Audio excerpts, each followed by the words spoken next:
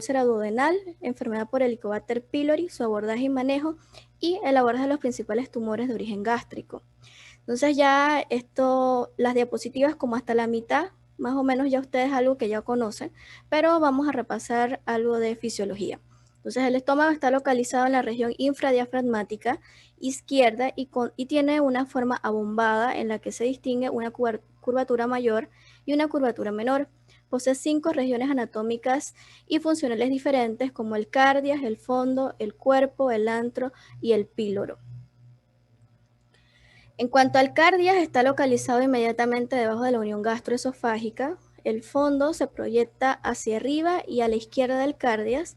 El cuerpo va a estar localizado detrás del cardias hasta el final de la curvatura menor. Y el antro está situado entre la curvatura menor y el píloro. Y el píloro obviamente es un esfínter muscular que lo separa del duodeno. Entonces, en cuanto a la misma fisiopatología del estómago y el duodeno, el estómago generalmente se alberga alrededor de 2.5 a 3 litros por día y secreta ácido clorhídrico, factor intrínseco, moco o muco, bicarbonato y pepsinógeno. Y esto básicamente es el epitelio del estómago. Entonces tiene células inmunitarias, tiene su epitelio, sus criptas, la muscular, tiene las glándulas mucosas que van a ser parte de la mucosa, y ya a nivel de la submucosa está el plexo submucoso, la capa del músculo liso circular, ya en la muscular externa está el plexo mientérico, y en la serosa o adventicias está la capa de músculo liso longitudinal. Entonces, en cuanto al epitelio, tiene un epitelio mucoso superficial, que es el que se encarga de secretar moco, bicarbonato y agua. Cuanto a las células mucosas, están las células parietales, que son las que secretan ácido, las células D, que son las que producen somatostatina, las células principales que liberan pepsinógeno o pepsina, y las células endocrinas, que son las productoras de hormonas. Las zonas secretoras del estómago y la estructura la estructura de una glándula de una mucosa gástrica. Y aquí pueden ver entonces las células de la mucosa de superficie que producen bicarbonato y muco insoluble, las células de la mucosa del cuello, las células parietales que van a producir el ácido clorhídrico y el factor intrínseco, las células principales o pépticas que producen el pepsinógeno, y las células enteroendocrinas que producen gastrina, somatostatina y otras. En cuanto a la histología, desde un punto de vista estructural, tiene 4 capas, que es la mucosa, la submucosa, la muscular y la serosa. En la capa mucosa tiene muchos pliegues, contiene las glándulas que producen enzimas y es la que se encarga de realizar la digestión química. En cuanto a la capa submucosa, es la que rodea la capa mucosa, rodeada por la capa muscular, y realiza entonces la digestión mecánica. En cuanto a los tipos de células, en la región antral están las células principales, las células enterocromafines, las células G, que son las que producen gastrina, que estimula entonces la secreción de ácido y pepsina, y las células D, que entonces son las que producen la somatostatina, que va a generar una inhibición a la producción de gastrina. Entonces, esto es parte de la fisiopatología a nivel de la parte gástrica, las células principales, las células parietales y las células principales. Y bueno, en cuanto a la mecánica secretora, se encarga entonces de reservorio, hace la función de desintegrador de alimentos y el vaciamiento alimentario a nivel del duodeno, y está muy regulado. En cuanto a la función digestiva o absortiva, en cuanto al ácido clorhídrico, obviamente es el que ayuda a que se dé la digestión junto con la pepsina. El factor intrínseco ayuda a la absorción de los nutrientes y es imprescindible para la absorción ileal de la vitamina B12.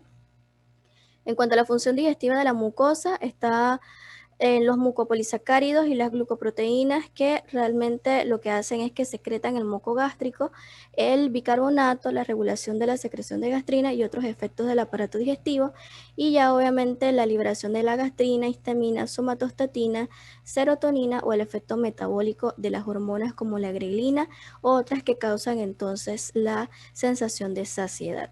En cuanto a la secreción gástrica, generalmente está mediada por 3 fases, que es la fase cefálica, la fase intestinal y la fase gástrica.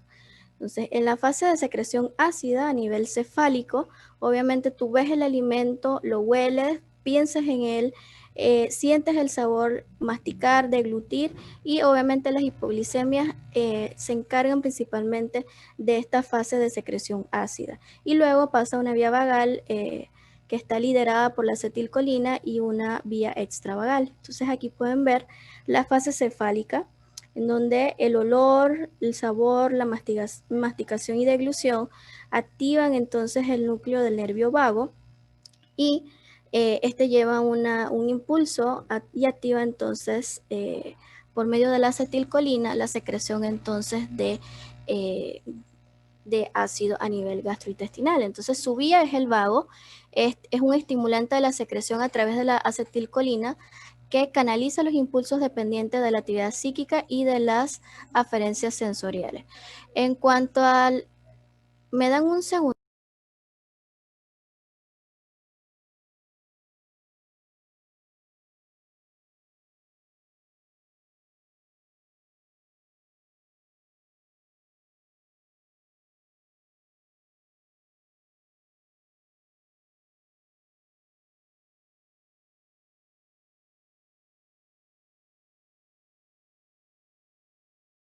Disculpe, muchachos. Entonces, en cuanto a la fase gástrica, obviamente uno de los estímulos es la distensión antral, la liberación entonces del pH antral de aminoácidos y calcio, la secreción de la gastrina, la somatostatina que inhibe la gastrina, y la liberación de histamina y acetilcolina.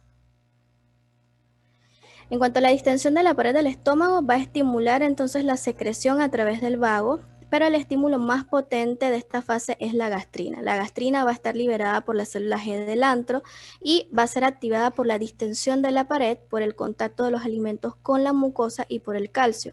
Y la gastrina aumenta las secreciones ácidas del estómago, que es lo que ven en esta imagen, que es una imagen de una célula principal en donde tienen los receptores, tiene aquí la acetilcolina, la histamina, la gastrina y la somatostatina. La somatostatina genera un impulso inhibitorio de la gastrina cuando hay exceso de gastrina. Entonces, esta imagen era importante porque los medicamentos, por lo menos los antihistamínicos H2 como la ranitidina, que se utilizan mucho en la enfermedad ulceropéptica, actúan a nivel de la histamina, bloqueando entonces la producción de ácido. Y obviamente los mejores son los inhibidores de bomba de protones, porque bloquean la bomba de hidrogenio potasio ATPasa, y por ende entonces se evita o no hay entonces liberación de ácidos.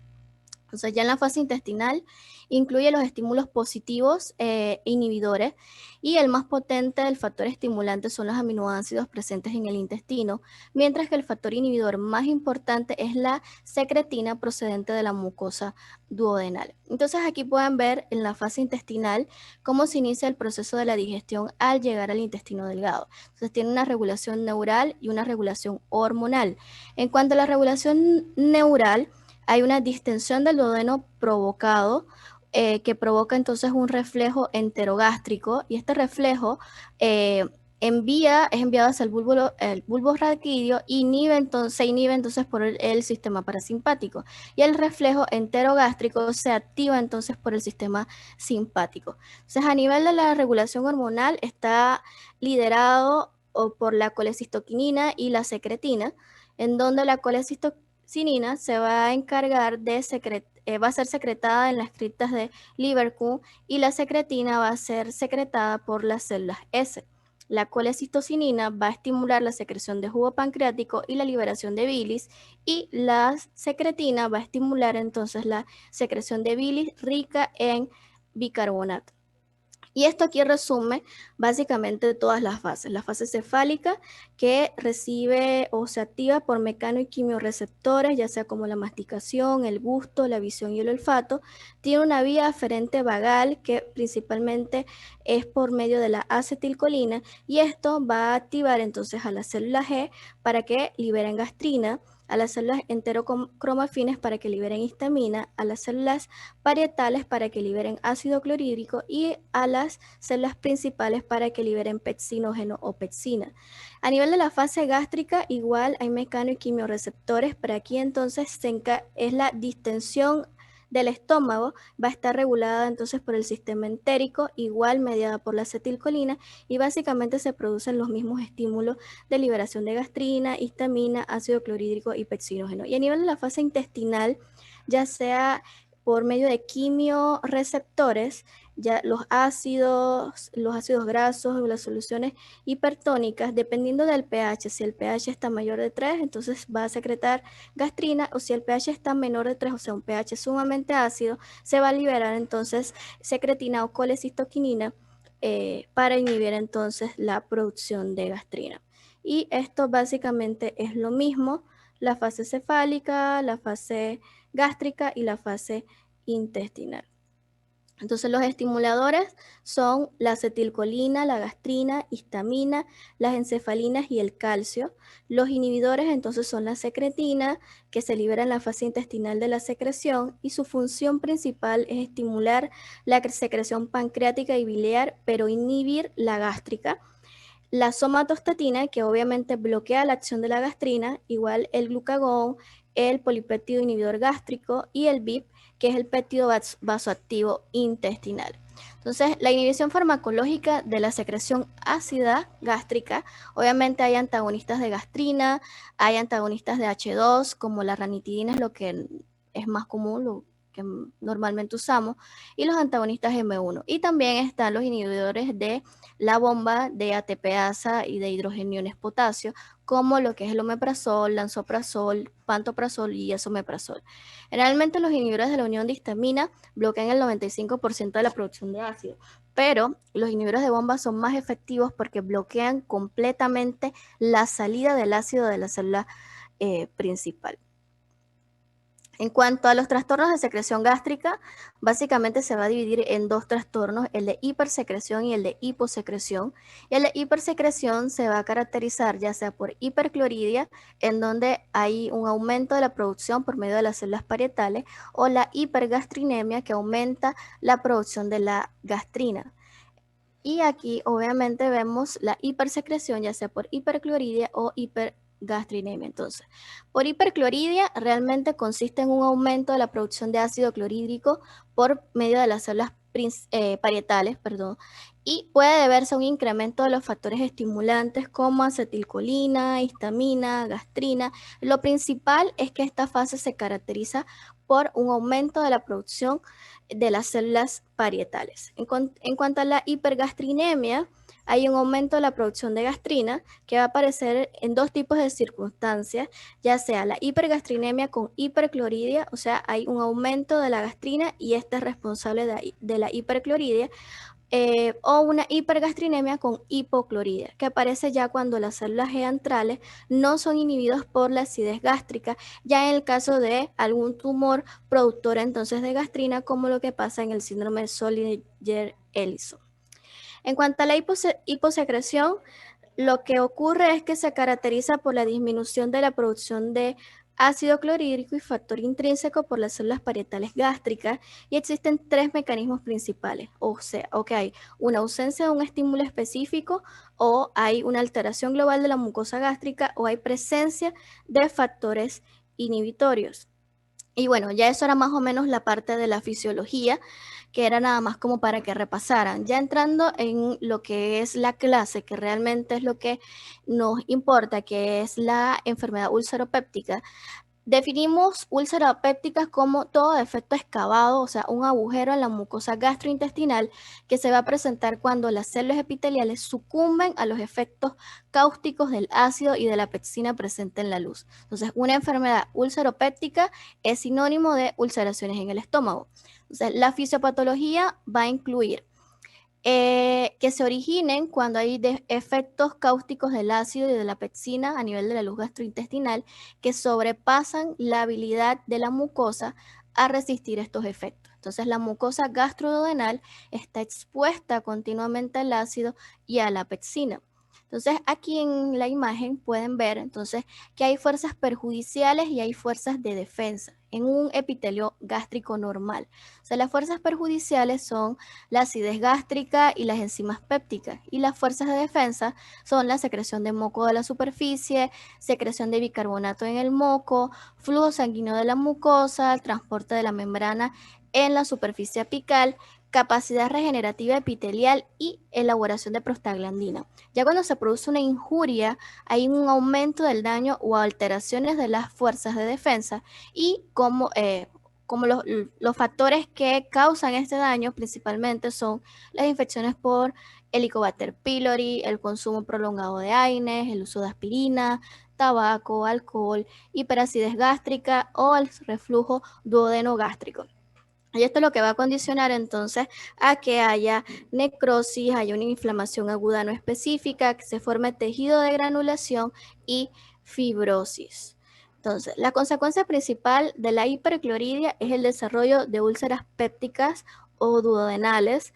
El concepto básicamente es erosión que se acompaña de descomposición o degradación de la mucosa gástrica, y ya una úlcera viene siendo pérdida de la sustancia de la pared que abarca en profundidad hasta la muscular e incluso llega a la serosa. O sea que si yo les pregunto en el examen la definición de erosión, o sea, si un paciente tiene una lesión gástrica que le hacen una endoscopía y se ve una erosión, se trata básicamente de una descomposición o degradación de la mucosa gástrica. Pero ya una úlcera como tal es pérdida de la sustancia de la pared que abarca en profundidad hasta la muscular y puede llegar incluso hasta la serosa.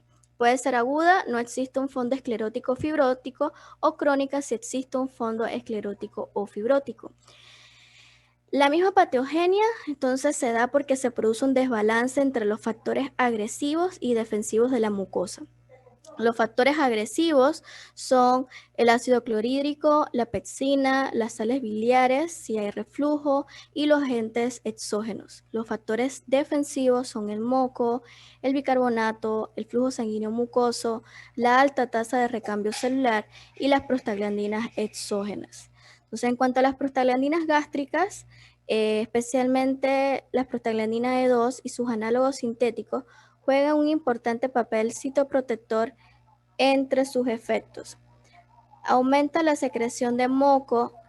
Les pido disculpas por el ruido que van a empezar a escuchar, así que voy a silenciar mi micrófono mientras pasa. Así que se pueden ir al baño o tomarse un receso por mientras.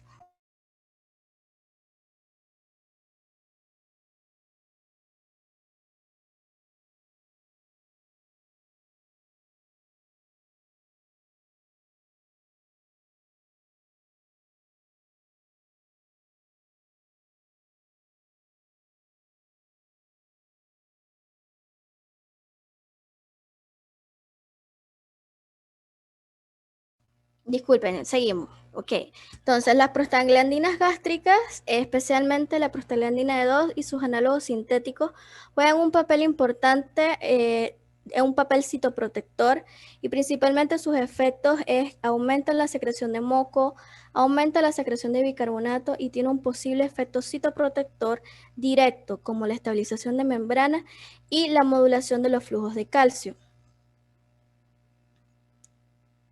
Entonces, los AINES obviamente dependen de la ciclooxigenasa, que es una enzima que permite al organismo producir unas sustancias llamadas prostaglandinas a partir del ácido araquidónico.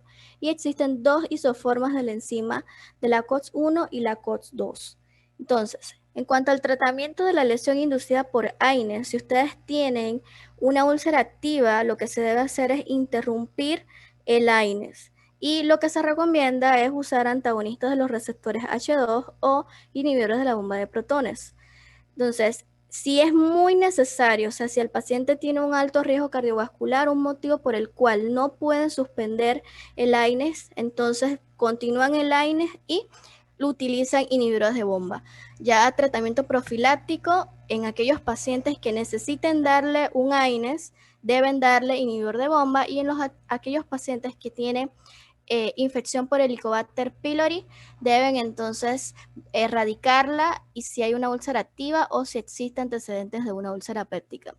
Entonces, los AINES y el riesgo cardiovascular Principalmente tienen que evaluar si existe riesgo o no. Si hay un riesgo cardiovascular y el paciente no está tomando aspirina, entonces evaluar el riesgo digestivo por el consumo de AINES. Si está ausente o es reducido, entonces puede usar AINES de forma tradicional.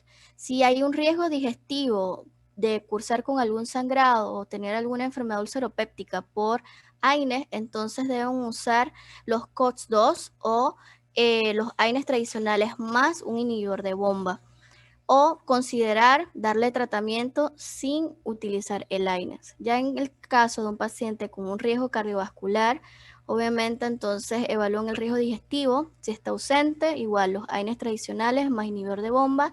Y si hay un riesgo digestivo de hacer una úlcera, entonces hay que agregar un protector gástrico.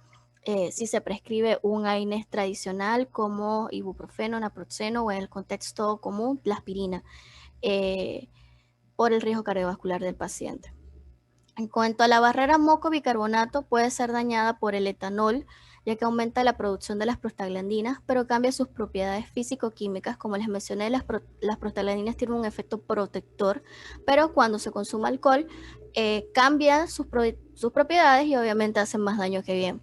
El ácido acetilsalicílico obviamente inhibe la síntesis de la barrera. El ácido acético, las sales biliares y los AINES son los principales factores que dañan la barrera moco-bicarbonato. En cuanto a la enfermedad ulcerosa péptica, es una enfermedad que se caracteriza por la aparición repetida de úlceras en distintas localizaciones. O sea, las clasificaciones de las úlceras en función de su evolución temporal y de su localización pueden ser agudas, pueden ser crónicas o recidivantes, y ya por su localización pueden ser duodenales, en la boca anastomótica, esofágica o por divertículos de Meckel. Si ya son crónicos recidivantes a nivel gástrico, entonces la localización puede ser cuerpo, prepilórica o pilóricas. Y las principales causas son la infección por Helicobacter pylori, los AINES y las úlceras por estrés.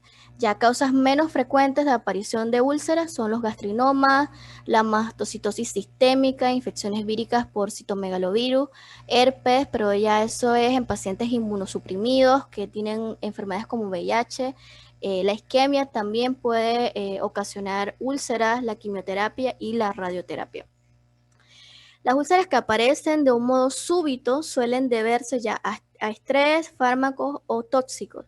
En cuanto a las úlceras de estrés, ya son causadas por una enfermedad subyacente grave o traumatismos severos que llevan al paciente a shock, cirugías mayores, la sepsis, la insuficiencia respiratoria severa también puede llevar a un paciente en estado crítico a cursar con úlceras de estrés. Las quemaduras extensas ya son úlceras de Curling, cuando un tercio o más de la superficie corporal ha sido afectada, y los traumatismos y las cirugías del sistema nervioso central ya ocasionan entonces úlceras de Cushing. Entonces, las úlceras por fármacos o tóxicos, principalmente los AINES y los esteroides, dependiendo la dosis de esteroides que se usa. Por ejemplo, en los pacientes en los que es necesario administrarle bolos de metilprednisolona, es necesario que en esos pacientes se les dé una protección gástrica con un inhibidor de bomba. El etanol y los corrosivos obviamente también causan úlceras por fármacos, ¿no? Y ya las úlceras por Helicobacter pylori, que se dan en el 40% de la población adulta. En cuanto a las manifestaciones clínicas de la enfermedad ulcerosa péptica, se va a dividir si el paciente es asintomático o si es sintomático. Generalmente cerca del 70% de los pacientes con una enfermedad ulcerosa péptica son asintomáticos. Eh, y muchos de estos pacientes con úlceras silenciosas posteriormente van a presentar complicaciones relacionadas con la úlcera, como hemorragia, perforación o fistulización.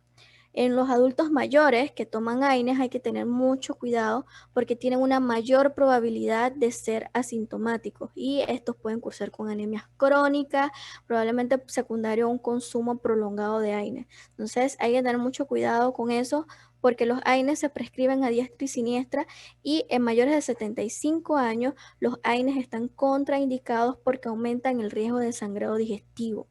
Entonces, en mayores de 75 años, tengan mucho cuidado en prescribir AINES. Y si se prescribe porque es muy necesario, tiene que ser su uso limitado, unos 3 a 5 días, no más de eso. En cuanto a las manifestaciones clínicas, ya en el contexto de los pacientes que son sintomáticos, tienen dolor abdominal que puede ser superior, principalmente a nivel de epigastrio, molesta en el 80% de los pacientes. También puede aparecer localizada en el hipocondrio derecho o en el hipocondrio izquierdo. Se irradia la espalda y puede durar semanas, seguido de periodos de semanas o meses sin ningún síntoma. Y esto se lo resalto porque es una de las cosas más importantes cuando están ante la presencia o la sospecha de una úlcera duodenal, es aquellos pacientes que comen y presentan dolor abdominal después de 2 a 5 horas después de haber comido o en la noche, más o menos a eso de las 11 o 2 de la mañana. En cuanto a las úlceras pépticas, el dolor epigástrico va a empeorar cuando comen. Puede acompañarse de eructos postprandiales, plenitud epigástrica, saciedad precoz, intolerancia a alimentos grasos, náuseas y vómitos ocasionales. Se puede confundir con un cólico biliar porque te da casi los mismos síntomas, pero obviamente el dolor es siempre en epigastrio, pero en algunas ocasiones puede estar irradiado hipocondrio derecho, hipocondrio izquierdo, pero siempre acuérdense que empeora cuando el paciente come. Eso es lo más importante y es la forma de cómo diferenciarla, si puede ser duodenal o puede ser de origen gástrico o péptica. Otros síntomas asociados es la hinchazón, la plenitud abdominal, la presencia de náuseas y la saciedad temprana que puede ser provocado por la comida. En cuanto al diagnóstico, obviamente la historia clínica, el examen físico, obviamente los antecedentes del paciente, si ya está usando AINES, si tiene un antecedente de una infección por Helicobacter pylori que quizás fue tratada o no tratada de forma adecuada. Y ya el diagnóstico definitivo se hace mediante la visualización directa de la úlcera en la endoscopía. Es importante que tengan en cuenta la sensibilidad de la endoscopía digestiva, que es de un 90%, pero también depende del mismo examinador. ¿Okay? Eso es importante que lo tomen en cuenta. Entonces, las indicaciones de biopsia se los puse aquí nada más como para que tengan conocimiento de que generalmente la mayoría de las úlceras pépticas deberían biopsiarse, no así las úlceras duodenales. Sin embargo, unas indicaciones de cuando el endoscopista entra y ve la úlcera, hay características que pueden sugerir una etiología maligna, como lo son que hay una masa ulcerada, que sobresale en la luz, que hayan pliegues que rodeen el cráter de la úlcera o que hayan márgenes de la úlcera colgante que sean irregulares o engrosadas. Son bastante sugestivos de úlceras de origen maligno. Bueno, en cuanto al tratamiento, el tratamiento es sencillo porque obviamente lo que hay que hacer es bloquear la supresión de ácido. Entonces, los antiácidos como los H2, ranitidina, lo que generalmente usamos en el hospital, si es de forma intravenosa, lo que se le coloca es 50 miligramos IV cada 8 horas. Si es de oral, la tableta es de 150 y le pueden dar 150 cada 12 o como dice el libro, 300 miligramos al acostarse. Los inhibidores de bomba, como el omeprazol, que es lo que tenemos disponible en el hospital, si es intravenoso, le pueden dar 40 miligramos IV cada 12 horas, dependiendo del contexto del paciente. Por ejemplo, un paciente con un sangrado digestivo, por una úlcera péptica, que ya fue endoscopía, ustedes pueden continuar el tratamiento con 40 cada 12. Si bien inicialmente cuando el paciente llega por un sangrado digestivo, entonces se le monta la infusión de omeprazol que acelera entonces el proceso de cicatrización y estabiliza el coágulo de fibrina y evita entonces que el paciente siga sangrando. Ya en el ámbito ambulatorio ya le dan omeprazol 20 miligramos al día, dependiendo del contexto también del paciente, porque si se acuerdan, en la enfermedad por reflujo gastroesofágico, hablamos que la dosis era 20 miligramos BIT por 8 semanas. Entonces, si es úlcera péptica, entonces le dan 20 miligramos al día. Entonces, otros fármacos protectores de la mucosa están el sucralfato, que les pueden dar 1 gramo cada 6. Los análogos de prostaglandina muy poco lo usamos en el hospital, y los compuestos con bismuto, como el subsalicilato de bismuto, sí lo usamos principalmente en los pacientes que tienen infección por Helicobacter pylori como parte del tratamiento de la erradicación del Helicobacter pylori. Entonces, no sé si aquí logran ver el diagrama. Entonces, básicamente es como el abordaje del manejo del paciente con una enfermedad ulcerosa péptica. Entonces, se preguntan si el paciente tiene una úlcera péptica complicada, ya sea por sangrado, por obstrucción del tracto de salida gástrico o por alguna penetración o fistulización. Si el paciente tiene estas complicaciones, entonces la terapia o el manejo se basa en una terapia antisecretora con inhibidores de bomba, buscar obviamente la etiología de la enfermedad ulceropéptica, descontinuar la aspirina o AINES en caso de que el paciente lo esté tomando, y obviamente entonces erradicar el Helicobacter pylori si éste está presente. Si el paciente no tiene datos de complicación de una enfermedad ulcerosa péptica complicada, entonces ustedes van a buscar si la úlcera es secundaria a el Helicobacter pylori. Si es secundaria el Helicobacter pylori, entonces el tratamiento es inhibidores de bomba por 14 días con la combinación de antibióticos apropiada para el Helicobacter pylori. Posteriormente a que ya ha culminado el tratamiento, tienen que confirmar que realmente se erradicó el Helicobacter. Hay indicaciones para repetir la endoscopía, la endoscopía en caso tal de que el paciente no mejore luego del tratamiento. Puede ser una indicación de repetir la endoscopía, o que los que tienen alguna de las siguientes indicaciones, o sea, que tengan una úlcera persistente, se repite la endoscopía. Si tengan una úlcera de más de 2 centímetros en un paciente de más de 50 años, que tenga una historia frecuente de úlceras pépticas, o sea, más de 2 documentadas al año, o que tenga condiciones que requieran un uso prolongado de aspirina o de AINES, o falla en la erradicación del Helicobacter pylori. Si tiene alguna de estas condiciones, entonces se mantiene la terapia con inhibidores de bomba, y si no, entonces se evalúa si los síntomas recurren o no. En el caso del paciente que no tiene una infección por Helicobacter pylori, o sea que la causa de la úlcera no es por la infección, entonces buscar si es por AINES o por el consumo de aspirina. Entonces, si es por el uso de AINES, obviamente terapia antisecretora, el uso de omeprazol 20 miligramos cada día, obviamente suspender y evitar los AINES.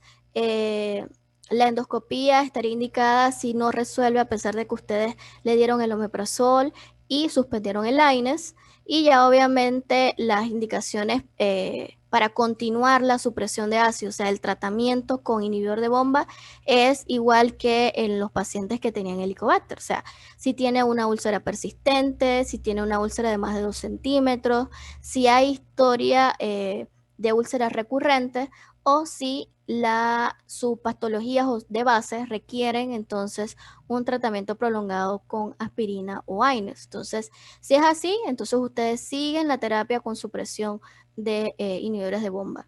De lo contrario, entonces se suspende y se evalúa si los síntomas recurren.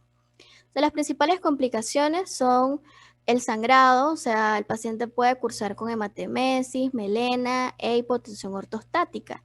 Y aquí vamos a ver si ustedes prestaron atención en las primeras clases. Y Eduardo, ¿estás ahí? Es hipotensión ortostática. ¿Perdón? Es hipotensión ortostática. Es la presión cuando se baja Ajá, ¿cuánto? por ¿Cuánto postura, tiene ¿no? que bajar?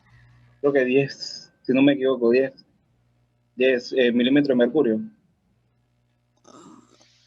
¿Se No baja o sé. se sube? ¿Qué fue lo que dijiste? ¿Se baja? Hipotensión, correcto, se baja. Ajá, se baja, pero no son 10. A ver, vamos a ver, alguien más que te apoye para que diga un número ahí. Eso Eh, 20. ok, 20. Aunque no es adivinanza, pero bueno, 20. Ajá. ¿Y se da cuando qué? Es la posición. Ajá. sentado y Ajá, parado y ok. de pie.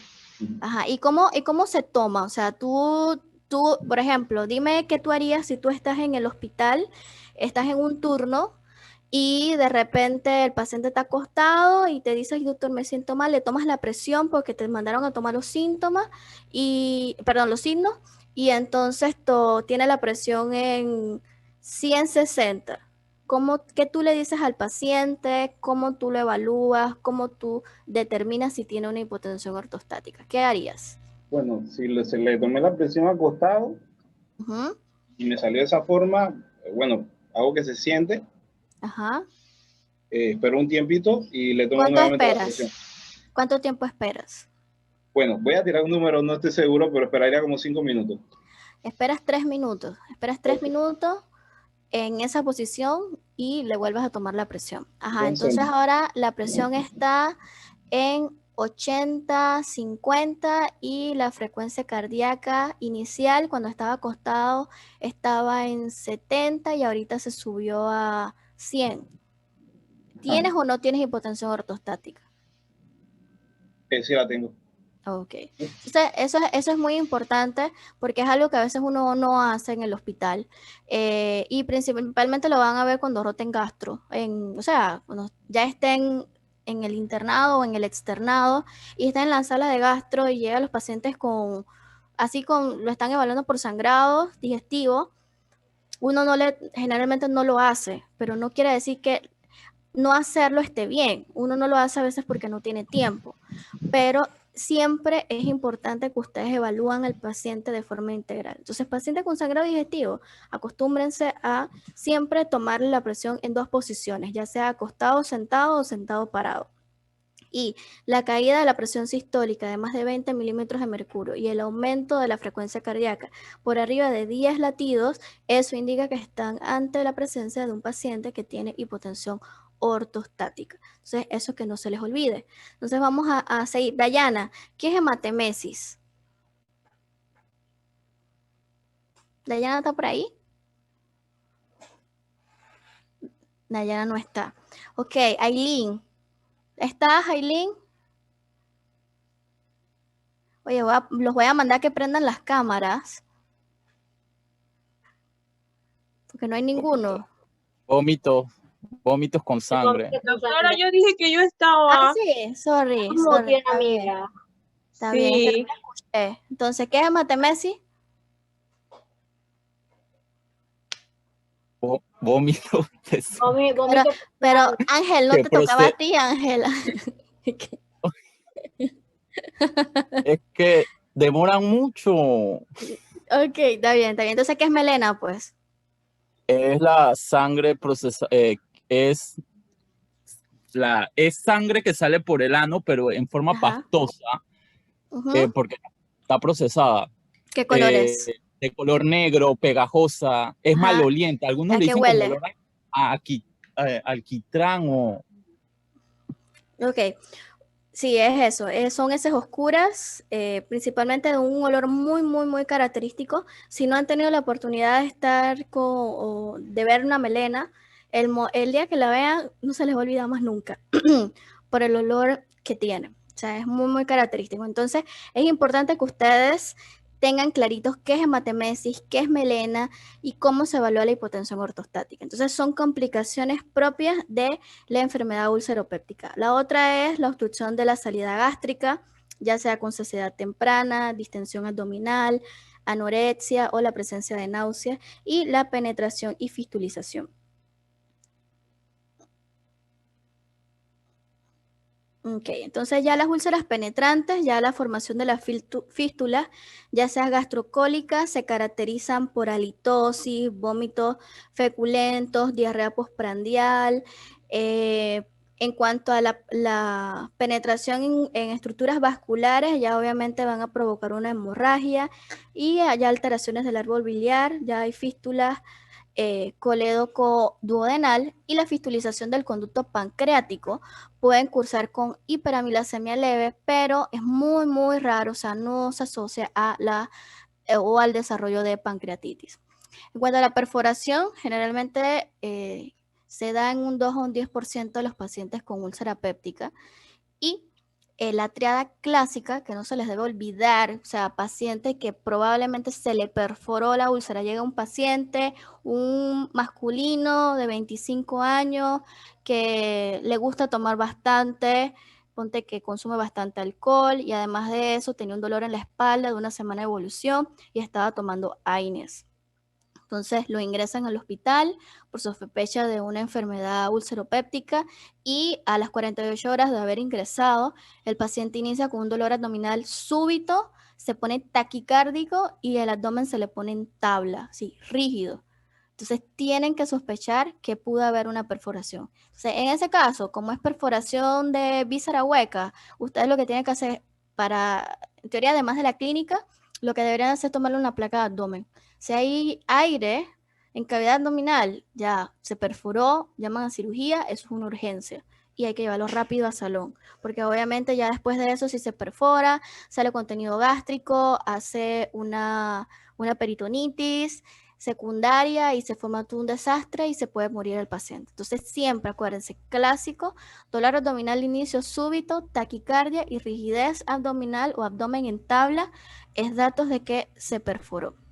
Entonces, entramos un poquito ya en lo que es el Helicobacter pylori. Como les mencioné, el Helicobacter pylori es una de las causas principales de la enfermedad. Doctora, disculpe. Dime.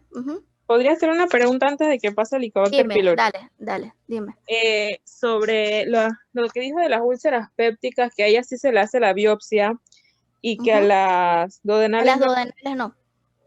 Pero entonces usted dijo que cuando se hace endoscopía, si se encuentra algo, entonces se manda a hacer una biopsia. Depende de las características de la lesión. O sea, por ok. ejemplo, eso ya viene siendo criterio del endoscopista, o sea, del gastroenterólogo. Por ejemplo, es que lo que pasa es que la mayoría, casi el 90% de las úlceras duodenales son causadas por el Helicobacter pylori. Entonces, si tú le das tratamiento para el Helicobacter pylori, debe cicatrizar esa úlcera duodenal. Pero en cambio, las úlceras pépticas pueden ser causadas por Helicobacter, pueden tener otras causas multifactoriales y si tienen características malignas, siempre se van a biopsiar. Independientemente sean gástricas o duodenales, se van a biopsiar, pero va a depender de la misma característica cuando entran a hacer la endoscopía. Por ejemplo, si ellos entran y ven que es una lesión excavada de fondo limpio, que respeta la mucosa, en ese contexto es una úlcera probablemente de origen benigno. De lo contrario, si es algo que tiene tejido friable, que se ve con bordes irregulares, con aspecto necrótico, que ya da una impresión de que hay malignidad, en ese contexto, el endoscopista, le hace entonces la biopsia. Básicamente depende de lo que él vea cuando entra y hace la endoscopía. Pero Okay, es la misma característica. O sea, generalmente tú como médico no le dices al endoscopista, oye, hazme la biopsia o no. Ahí depende de lo que él evalúe cuando entra. Porque si la úlcera tiene un fondo limpio, ya cicatrizó, se ve bonita, generalmente no le toman biopsia, al menos que sospechen que sea una infección por Helicobacter pylori, porque esa es una de las modalidades diagnósticas, ¿no? Le hacen biopsia y documentan el Helicobacter. Pero en los contextos que no se hace eso, entonces hay otras pruebas diagnósticas que ahorita entonces lo vamos a ver. ¿Alguien más doctora, tiene gracias. De nada? ¿Tiene alguna pregunta sobre enfermedad ulceropéptica? Igual el Helicobacter pylori forma parte, o sea, no piensen que es un tema aislado, ¿no?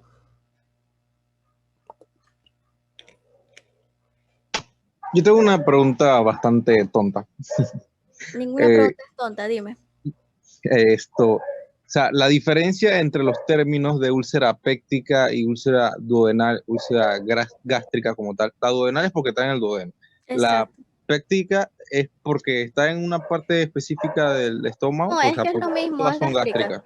Exacto. O sea, es gástrica también. Okay. Gástrica, pero pueden ser prepilórica, en el antro, en el fondo, o puede estar cerca del cardias. O sea, la ubicación te la va a dar, o sea, dependiendo de dónde esté, ¿no? Y así también vale. le pones el nombre.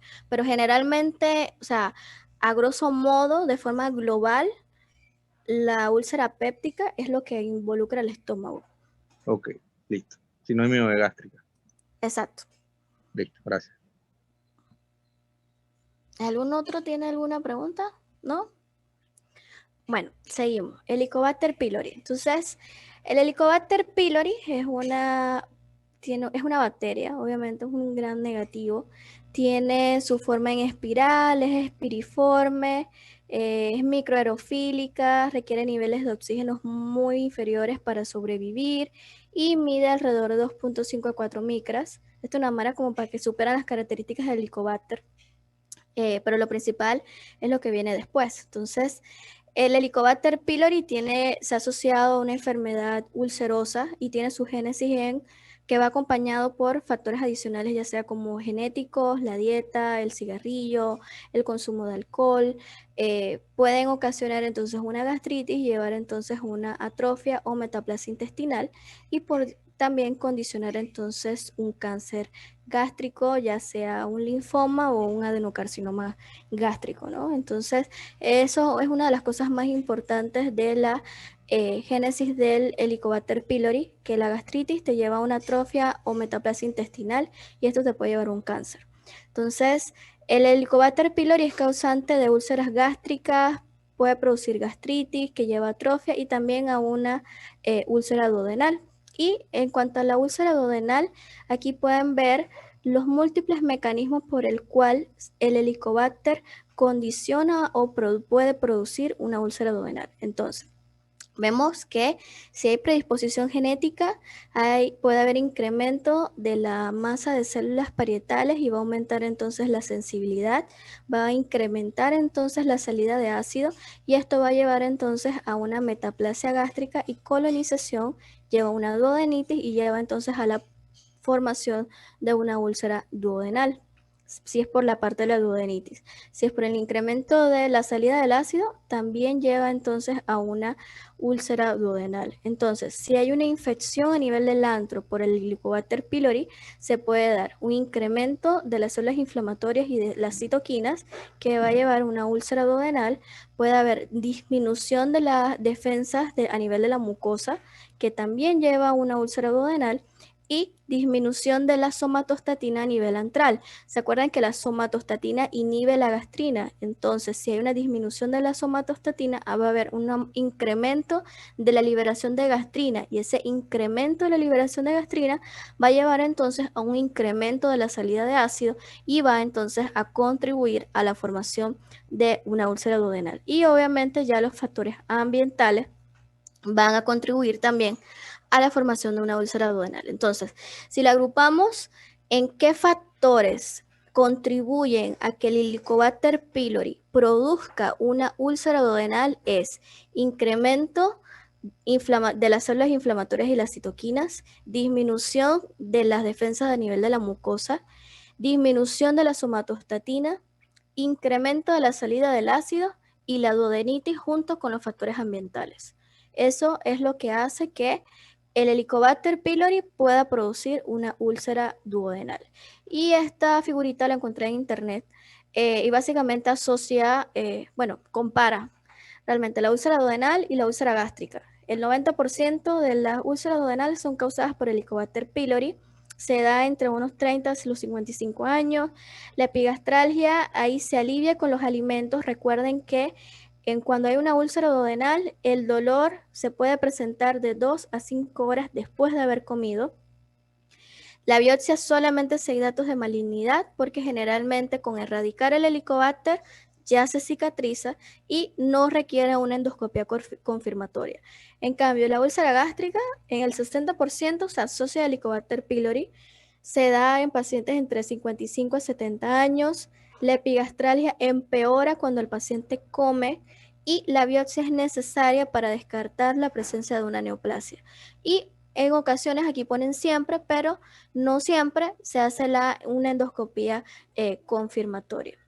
Bueno, sí siempre. Cuando tienen un sangrado digestivo, siempre es necesario hacer una endoscopía para verificar que realmente sea una úlcera gástrica lo que esté condicionando el sangrado. Por ejemplo, en caso de la úlcera duodenal, ahí sí no es necesario confirmar que realmente el paciente tiene o no tiene la úlcera. Porque generalmente la sospecha es principalmente el Helicobacter pylori, pero se van a dar cuenta es con el cuadro clínico que el paciente le refiera en cuanto a los síntomas, pues. Entonces, esto es muy importante. Las indicaciones de cuando ustedes le mandan a hacer una prueba de Helicobacter pylori a un paciente.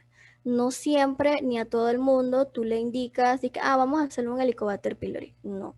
Entonces, se manda en pacientes que tengan probabilidades, o sea, que ustedes sospechen que sea un linfoma de tejido linfoide, principalmente asociado a mucosa gástrica como el MAL, o pacientes que tengan una enfermedad ulceropéptica activa con antecedentes de una úlcera péptica en donde no se haya documentado la curación de la infección por Helicobacter pylori, en pacientes en donde ustedes sospechen la presencia de un cáncer de estómago precoz, en todo paciente menor de 60 años en donde la dispepsia no haya sido investigada siempre y cuando el paciente no tenga características o signos de alarma de dispepsia.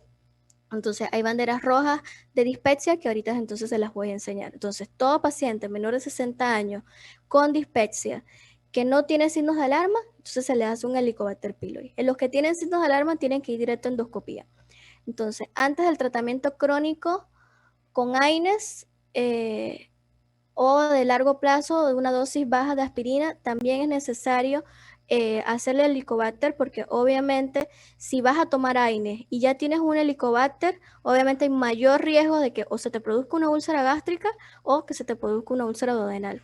En los pacientes que tienen deficiencia de hierro inexplicable, también es necesario hacer la prueba por Helicobacter pylori y en los pacientes que tengan PTI. O sea, hay veces que la causa de la PTI es el Helicobacter. Entonces, todo paciente con púrpura trombocitopénica inmunitaria, o sea, inmune, es necesario hacerle prueba de Helicobacter pylori, porque muchas veces con tratar y erradicar el Helicobacter pylori se resuelve la PTI. Entonces, los signos de alarma en dispepsia, esto es bien importante, y espero que no se les olvide, es pérdida de peso involuntaria, disfagia o dinofagia, anemia por deficiencia de hierro inexplicable, los vómitos persistentes, la presencia de una masa palpable o linfadenopatía y antecedentes familiares de cáncer gastrointestinal superior. Todo paciente que tenga algún signo de alarma sin sin antecedentes de tener alguna infección por el Helicobacter pylori, realmente lo que debería hacerse es una endoscopía. Entonces, siempre signos de alarma en dispepsia, endoscopía, porque lo que uno busca con estos signos de alarma es poder detectar o diagnosticar a tiempo un cáncer de estómago. Entonces, por eso es bien importante poder identificar los signos de alarma en dispepsia. Entonces, la hemorragia digestiva, generalmente cuando son úlceras por Helicobacter, igual, se presenta igual que la úlceras gástricas, ¿no? Igualito. Hematemesis, pueden haber melena, puede haber hasta hematoquesia, dependiendo de cómo sea la presentación, pero principalmente datos de sangrado, ¿no? Y aquí obviamente les pongo las definiciones de cada una de las cosas. ¿Qué es hematemesis? ¿Qué es vómitos en pozos de café? ¿Qué son las melenas, las hematoquesias, la rectorragia?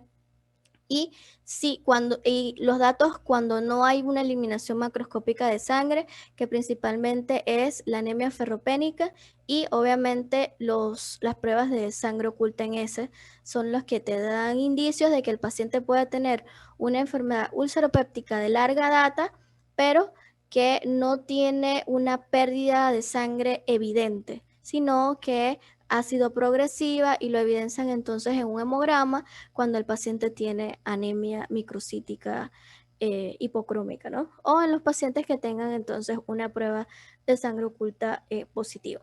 Entonces, el diagnóstico del Helicobacter, hay distintas modalidades diagnósticas como está la ureasa rápida, el estudio histológico, el cultivo, que son las más invasivas, y ya obviamente las que no son invasivas son la serología, la detección de urea en el aliento y el antígeno DS. Si se dan cuenta, las más sensibles y específicas son la detección de urea en el aliento y el antígeno en S. La serológica es bastante sensible y específica, pero realmente no es el método de elección. El método de elección es el antígeno en S.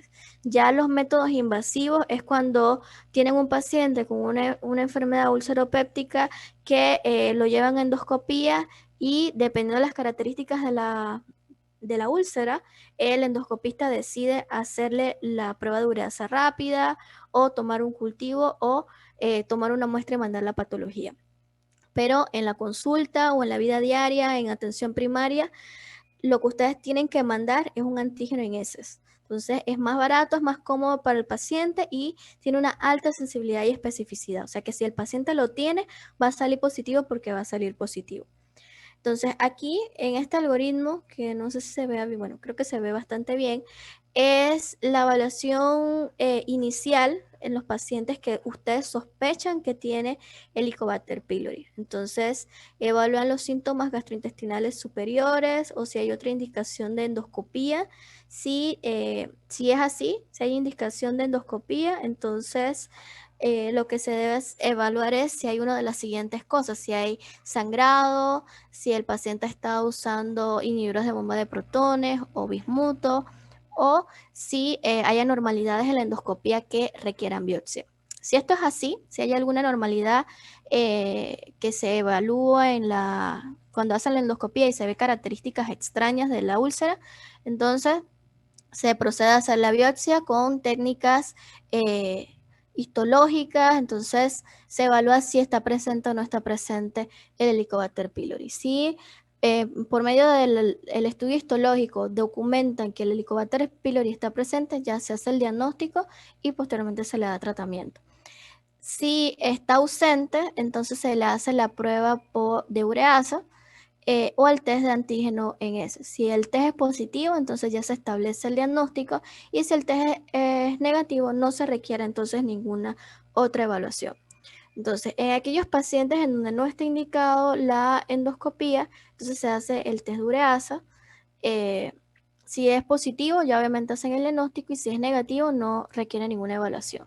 Entonces, en aquellos pacientes que no tienen síntomas gastrointestinales superiores ni tienen indicación de una endoscopía, entonces lo que se debe hacer es la prueba de ureasa en aliento o el ensayo de antígenos en S. Si esto sale positivo, obviamente ya no se hace más nada, ya tienen el diagnóstico, y si sale negativo, se le pregunta al paciente si recientemente ha estado consumiendo o tomando inhibidores de bomba de protones o bismuto, o usando antibióticos. Si el paciente ha estado usando bismuto, inhibidores de bomba o antibióticos, entonces se debe de repetir la prueba en aliento de ureasa. Obviamente lo ideal es suspender el tratamiento alrededor de unas 2 semanas antes de realizarle el nuevo tratamiento al paciente, ¿no? Es como lo ven acá abajo, dice, los pacientes que deberían o sea, que están usando inhibidores de bomba, deberían descontinuarlo de 1 a 2 semanas antes de realizarle el examen, porque si no, da un falso negativo. Entonces, si el test es positivo, luego que se repite, o sea, suspenden el inhibidor de bomba y le repiten el examen. Si sale positivo, ya tienen el diagnóstico, y si sale negativo, no es necesario hacerle ninguna evaluación adicional. Y ya si el paciente les dice que no ha estado consumiendo ni inhibidor de bomba, ni bismuto, ni usando antibióticos, y la prueba sale negativa, entonces ya no se hace más nada.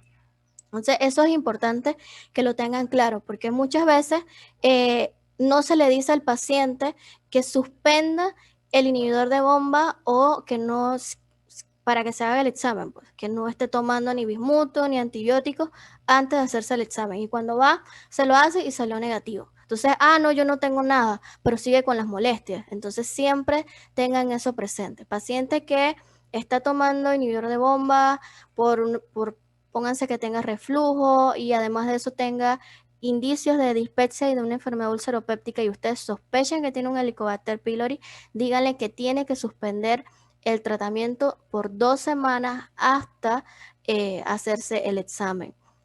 Entonces, lo mismo pasa cuando ustedes quieren reevaluar al paciente una vez haya culminado el tratamiento por el Helicobacter pylori y ustedes quieren ver si erradicaron el Helicobacter. Entonces, en ese contexto, igual, el tratamiento es 14 días, antibióticos, inhibidor de bomba. A los 14 días, ustedes le dicen ya al paciente, bueno, ya suspenda el inhibidor de bomba, los antibióticos por 2 semanas. Al cabo de 2 semanas, entonces usted se repite la prueba por Helicobacter pylori. Y ahí ustedes documentan si realmente el paciente ya no tiene la infección o si tiene una infección que es recurrente o ya es refractaria y entonces tienen que pensar o utilizar otra línea de antibióticos, ya sea una cuarta línea, para tratar a ese paciente. Entonces, el manejo, obviamente, evalúan si hay una dispepsia de comienzo reciente, pacientes más de 40 años que muestran síntomas alarmantes. Hay que descartar enfermedad por reflujo gastroesofágico, los cólicos biliares, una enfermedad inflamatoria intestinal, que tenga aerofagia o algún cuadro clínico vinculado a fármaco. Si ustedes descartaron todo eso, entonces buscan la presencia de Helicobacter pylori de forma no invasiva. Si esto es positivo, entonces le dan tratamiento y 4 semanas después del tratamiento, obviamente confirman la erradicación por medio de la prueba de ureasa en aliento o si no, el antígeno en ese. Entonces, si los síntomas persisten o reaparecen, entonces ustedes lo envían a la consulta de un gastroenterólogo. Pero si ustedes evaluaron al paciente con dispepsia, descartaron todo lo que ya les mencioné, van en la búsqueda de un Helicobacter pylori y les sale negativo, entonces ahí te recomiendan un ciclo empírico de antagonistas de H2 o en todo caso enviarlo a un gastroenterólogo porque entonces no tienen el origen de la dispepsia. Entonces ahí sería bueno que lo evalúe un gastro para que considere entonces una endoscopía y evaluar alguna otra causa de la dispepsia del paciente. Entonces, aquí están las terapias, el tratamiento triple, que es el subsalicilato de bismuto, más metronidazol, más tetraciclina, o ranitidina, o citrato de bismuto, más tetraciclina y claritromicina, o el uso de omeprazol, más claritromicina, más metronidazol o amoxicilina, uno de los dos, no los dos juntos. Y ya la terapia cuádruple es el uso ya de omeprazol, subsalicilato de bismuto, metronidazol y tetraciclina. Entonces la triple terapia se la dan por espacio de 14 días. Si el paciente resuelve los síntomas, esperan de 2 a 4 semanas, le repiten el examen y documentan que se erradicó.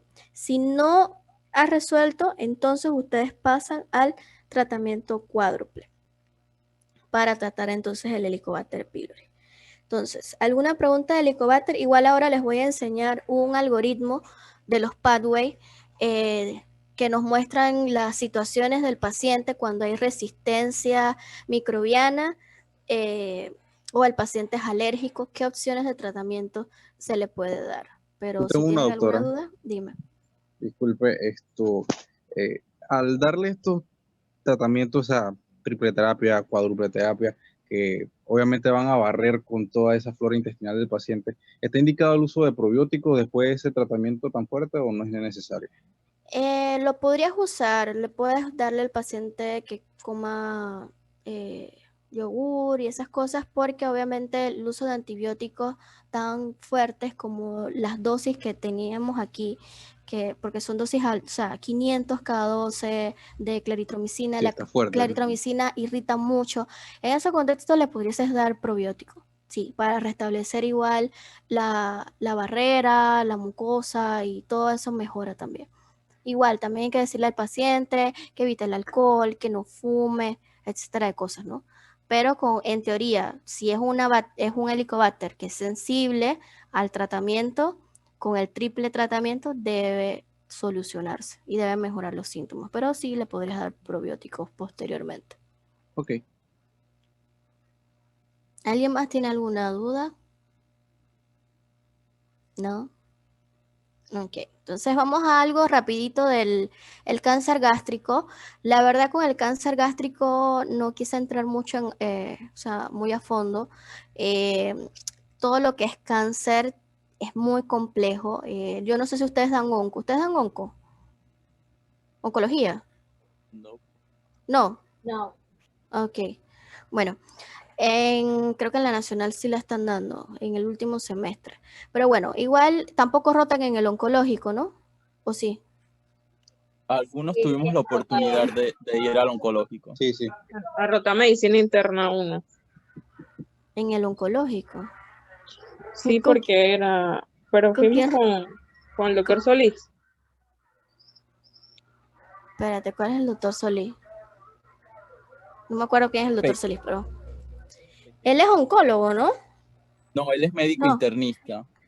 Ah, el que está en radio, que está en radio onco. No. Sí, Sí, ese. Esa. Ah, ese ok. mismo es. Ah, ok, ok. Ya sé quién es. Bueno, el oncológico, digamos que pienso que no es el mejor lugar para rotar medicina interna, porque lo que ustedes van a ver ahí es cáncer. Entonces, lo que hay en las salas básicamente es como complicaciones de las quimio, complicaciones de la radio, pacientes con diagnósticos iniciales de cáncer que van a iniciar sus terapias.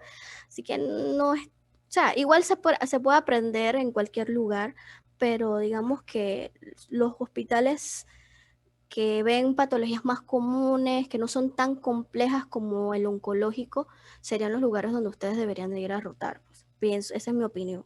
Pero bueno, entonces, ya hablando de lo que es el cáncer, es muy complejo, como les digo.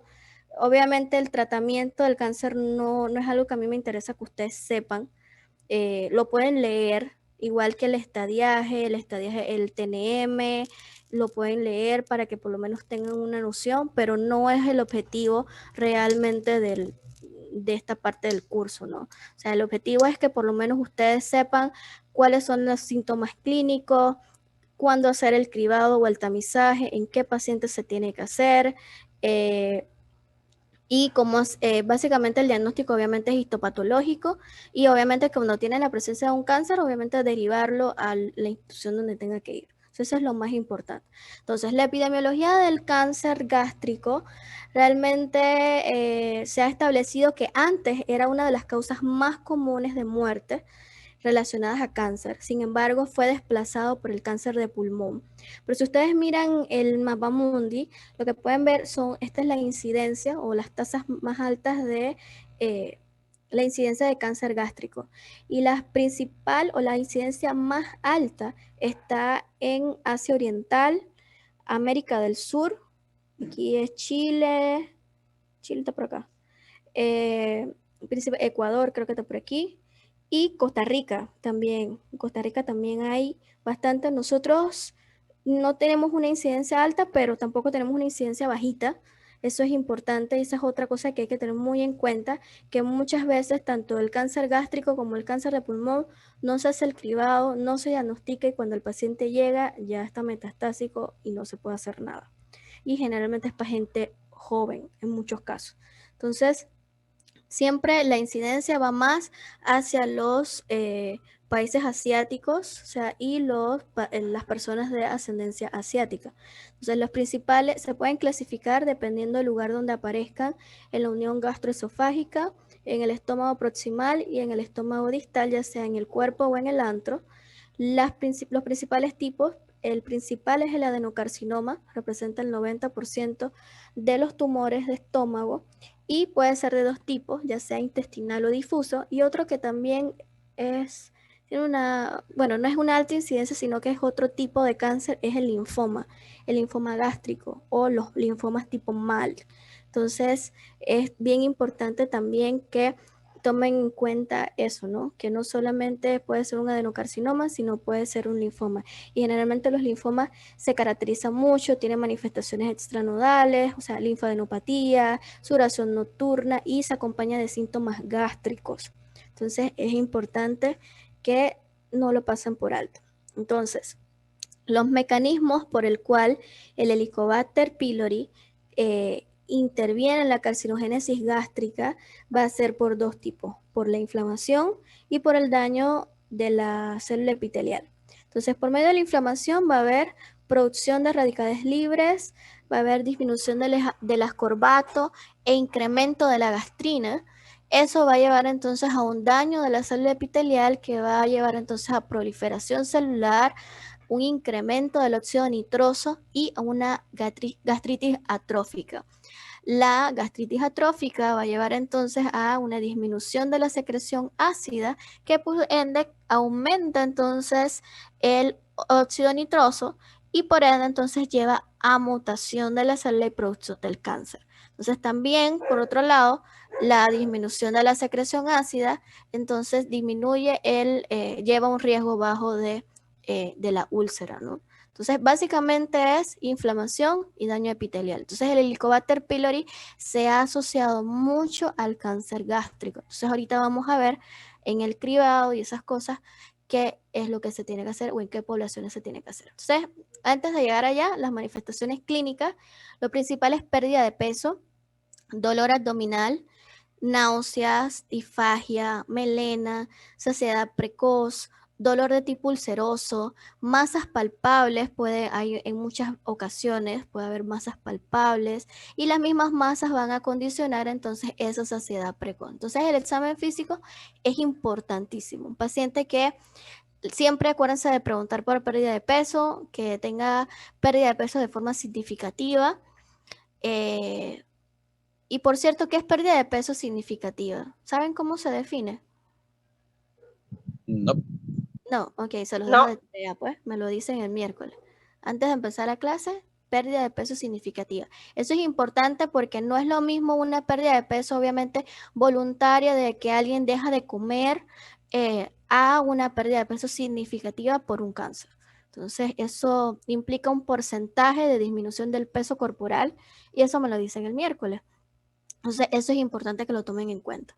Obviamente, el dolor abdominal, que sea de tipo ulceroso, ya es en un menor porcentaje, pero el dolor abdominal ya insidioso, crónico, es lo que más se ve en un 52%. Entonces, en esta tomografía y al lado ven entonces un PET-CT. Muestran es una linitis plástica, lo que señalan las flechas es esta parte aquí del estómago y lo que hay es un engrosamiento. Entonces este paciente probablemente tenga saciedad temprana y datos de dolor o distensión, etcétera, por el engrosamiento de la pared del estómago. Aquí lo ven todos, ¿no? Lo que señala la flecha. O sea, ahí está el engrosamiento del estómago y obviamente eso es sospechoso de un cáncer de estómago. Entonces, dentro de las manifestaciones, ahí me equivoqué y puse preneoplásicas, es paraneoplásicas, el signo de Lesser-Trelat, que realmente es una hiperkeratosis. O sea, si ustedes llegan a ver esto en un paciente, probablemente hay un gran porcentaje, bueno, no tanto, entre un 40 y un 50% de los pacientes con adenocarcinoma gástrico pueden cursar con ese signo. La acantosis nigricans, ¿en qué otras patologías se pueden ver? Diabetes. Épale, diabetes. Entonces, obviamente, un paciente con acantosis nigricans, si tiene diabetes, obviamente ya normal, ¿no? Pero si en el contexto de un paciente que ha perdido peso, que tiene saciedad temprana, que tiene dolor abdominal de larga data y es así como ulceroso, así como un dolor que no se les quita, que eventualmente se asocia a distensión, a náuseas, vómitos, y ustedes le encuentran acantosis, obviamente no vayan a pensar en que tiene diabetes. Lo que tienen que pensar es que probablemente esa acantosis sea una causa paraneoplásica y ustedes tienen que buscar la presencia de un cáncer. Y esto que, bueno, no sé si sepan qué es, no le puse nombre. Es un signo clínico. Les voy a decir dónde se ve para ver si me dicen el nombre. Se ha asociado mucho a los cánceres pancreáticos. Tiene el nombre de alguien.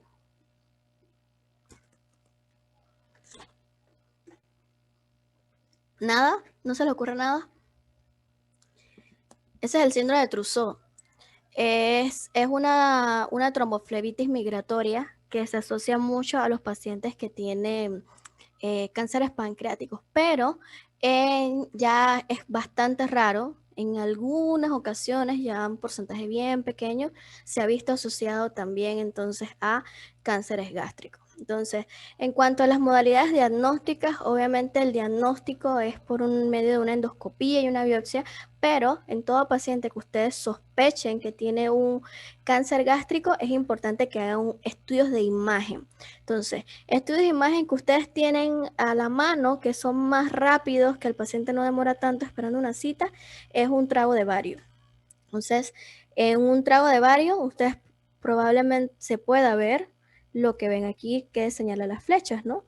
Entonces, a nivel del antro, ¿cómo se ve entonces?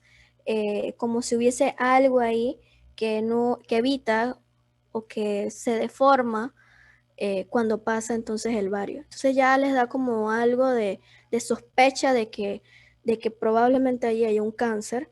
Lo otro es las modalidades de tomografía. O sea, todo paciente que ustedes sospechan deben hacer un estudio de imagen. Entonces hay que hacerle las tomografías para adelantar, le solicitan su tomografía y obviamente con la tomografía ya ustedes se orientan. Aquí hay una masa, acá también. Entonces igual el radiólogo los apoya en esa parte, ¿no?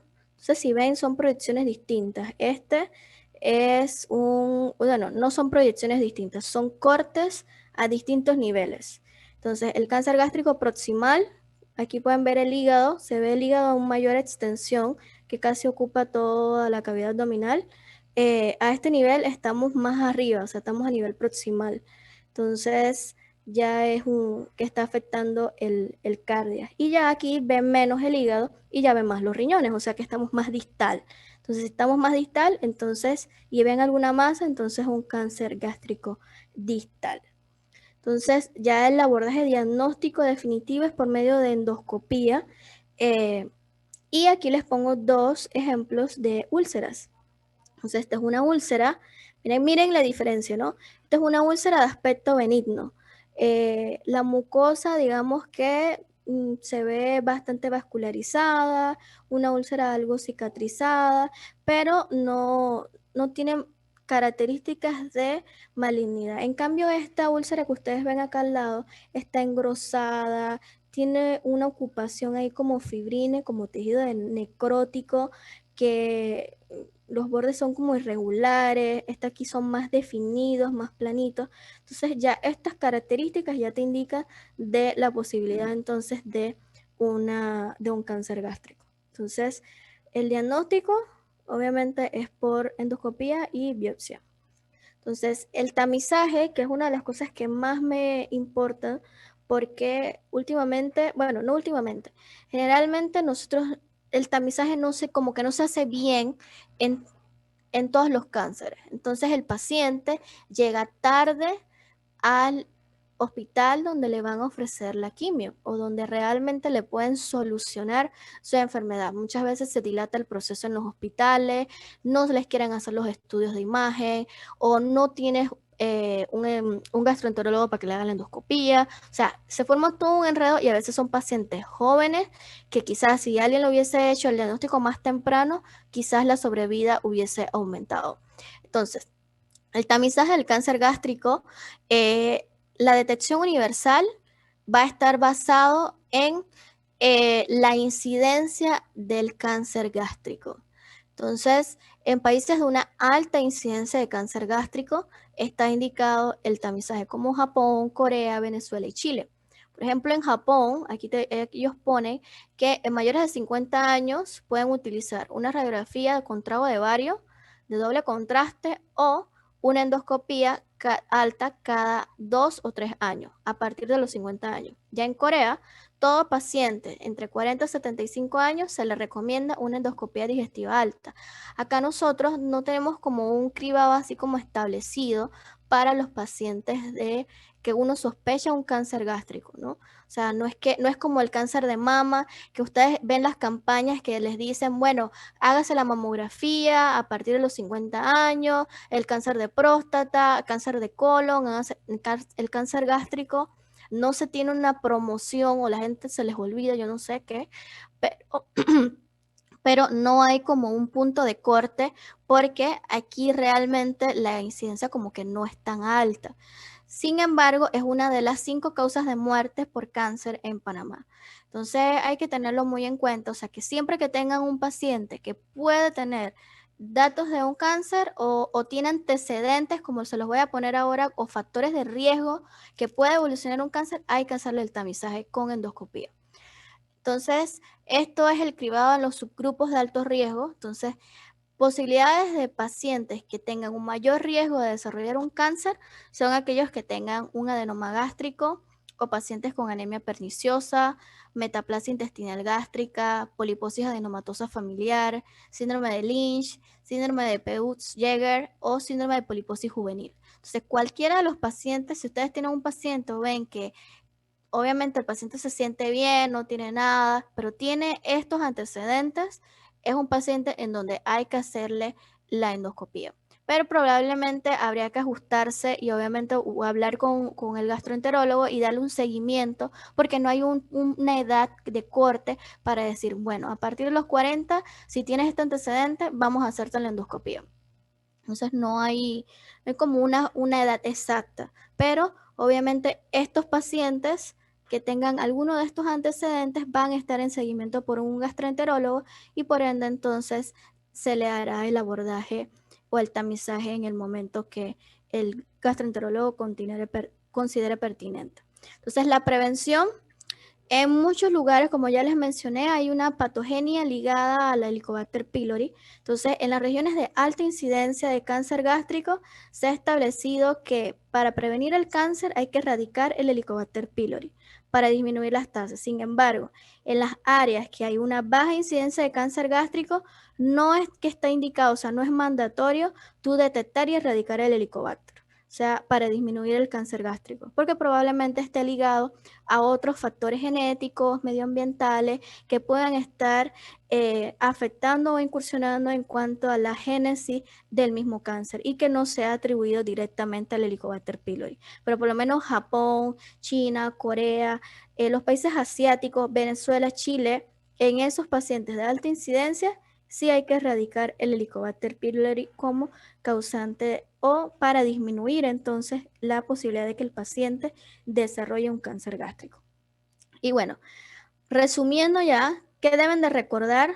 Obviamente, toda la charla es importante, pero digamos que hay puntos claves como factores de riesgo para enfermedad ulceropéptica, AINES, alcohol, infección por Helicobacter pylori, síntomas cardinales, dispepsia y dolor abdominal en epigastrio. Cuadro clínico de una úlcera duodenal es aquella que empeora de 2 a 5 horas después de comer y una úlcera gástrica es la que empeora cuando el paciente come.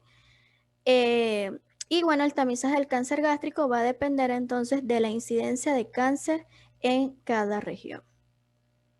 ¿Tienen alguna pregunta, muchachos? Doctora, no tanto como una pregunta, el signo que había mencionado donde se veían creo que eran las venas dilatadas, ¿cómo era que se llamaba? Trousseau, Trousseau. espérate. No, pero creo que se los dije mal. Sí, porque escuché Trousseau Es y que yo dije ese no es el Trousseau, de... no es Yo Trousseau. Espérate, que ahorita se me fue el nombre también. Déjame buscarlo porque se me fue. Es que no es Trousseau, parece Trousseau, pero creo que lo pronuncié mal. Déjenme decirle.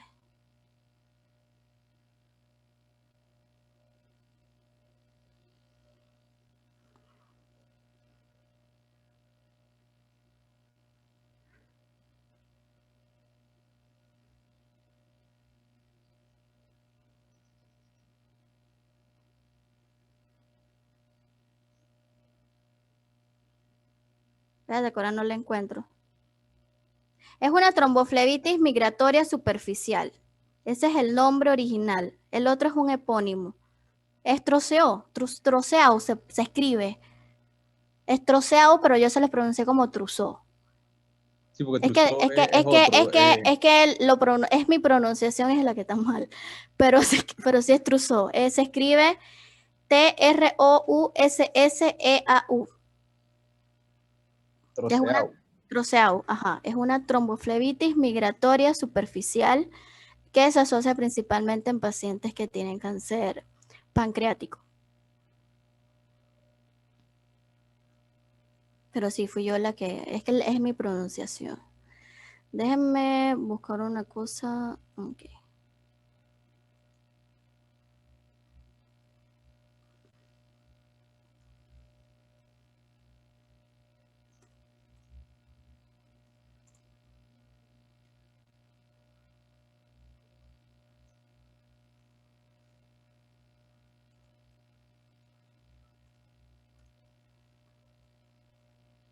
¿Alguien más tiene alguna duda, alguna pregunta o algo? Yo quisiera que si pudiera me repitiera, o es que me pareció importante eso, en el manejo de diagnóstico de Helicobacter pylori cuando hay que hacerle el examen, el motivo por el cual hay que quitarle los AINES 2 semanas antes de realizarle la prueba al paciente. De realizarle la prueba cuando ya has tenido tratamiento o cuando vas a hacer el diagnóstico inicial. El diagnóstico inicial. Ok, cuando tú tienes la sospecha de que un paciente tiene una infección por Helicobacter y está tomando inhibidores de bomba o subsalicilato de bismuto por alguna razón, en ese contexto, si el paciente te refiere, tú le preguntas y el paciente te dice que sí, tienes que suspenderlo porque te puede salir un falso negativo. Es decir, que te sale la prueba negativa, que no tienes Helicobacter y realmente sí tienes Helicobacter. Entonces, tú lo que haces es que le dices al paciente, antes de hacerse esta prueba del antígeno en heces de Helicobacter, suspenda el inhibidor de bomba durante 2 semanas. Al cabo de esas 2 semanas, usted se realiza la prueba. Si la prueba sale positiva, entonces tú le das tratamiento para el Helicobacter. Si sale negativa, ya no haces más nada. Pero esa es la importancia de por qué suspender el inhibidor de bomba o si está tomando inhibidor de bomba, antagonistas H2 o subsalicilato de bismuto, porque te puede dar un falso negativo. O sea, el falso negativo es por la clínica que va a estar disminuida del paciente, o hay algo químico. No, es porque no vas a detectar el Helicobacter. Es como que lo enmascara. Te enmascara el resultado. O sea, no te va a salir el Helicobacter en heces. Porque obviamente tú le estás suprimiendo el ácido. Probablemente sí esté ahí el Helicobacter, pero no lo vas a documentar. Por eso es importante suspenderlo. Si tú lo suspendes, y te sale negativo, es que no tenía y que probablemente hay que buscar otras causas de la dispepsia, o si el paciente tiene síntomas, buscarle otra causa, siempre y cuando tú lo hayas suspendido. Si el paciente te dice, no doctor, yo no tomo nada, ningún medicamento, y te sale negativo, ya no haces más nada, siempre y cuando hayas hecho o la prueba de ureasa en aliento o le hayas hecho un antígeno en heces. Si le haces una serológica, te puede salir positivo y el paciente no tenerlo, o te puede salir negativo y que el paciente lo tenga. Entonces, la serológica no es confiable.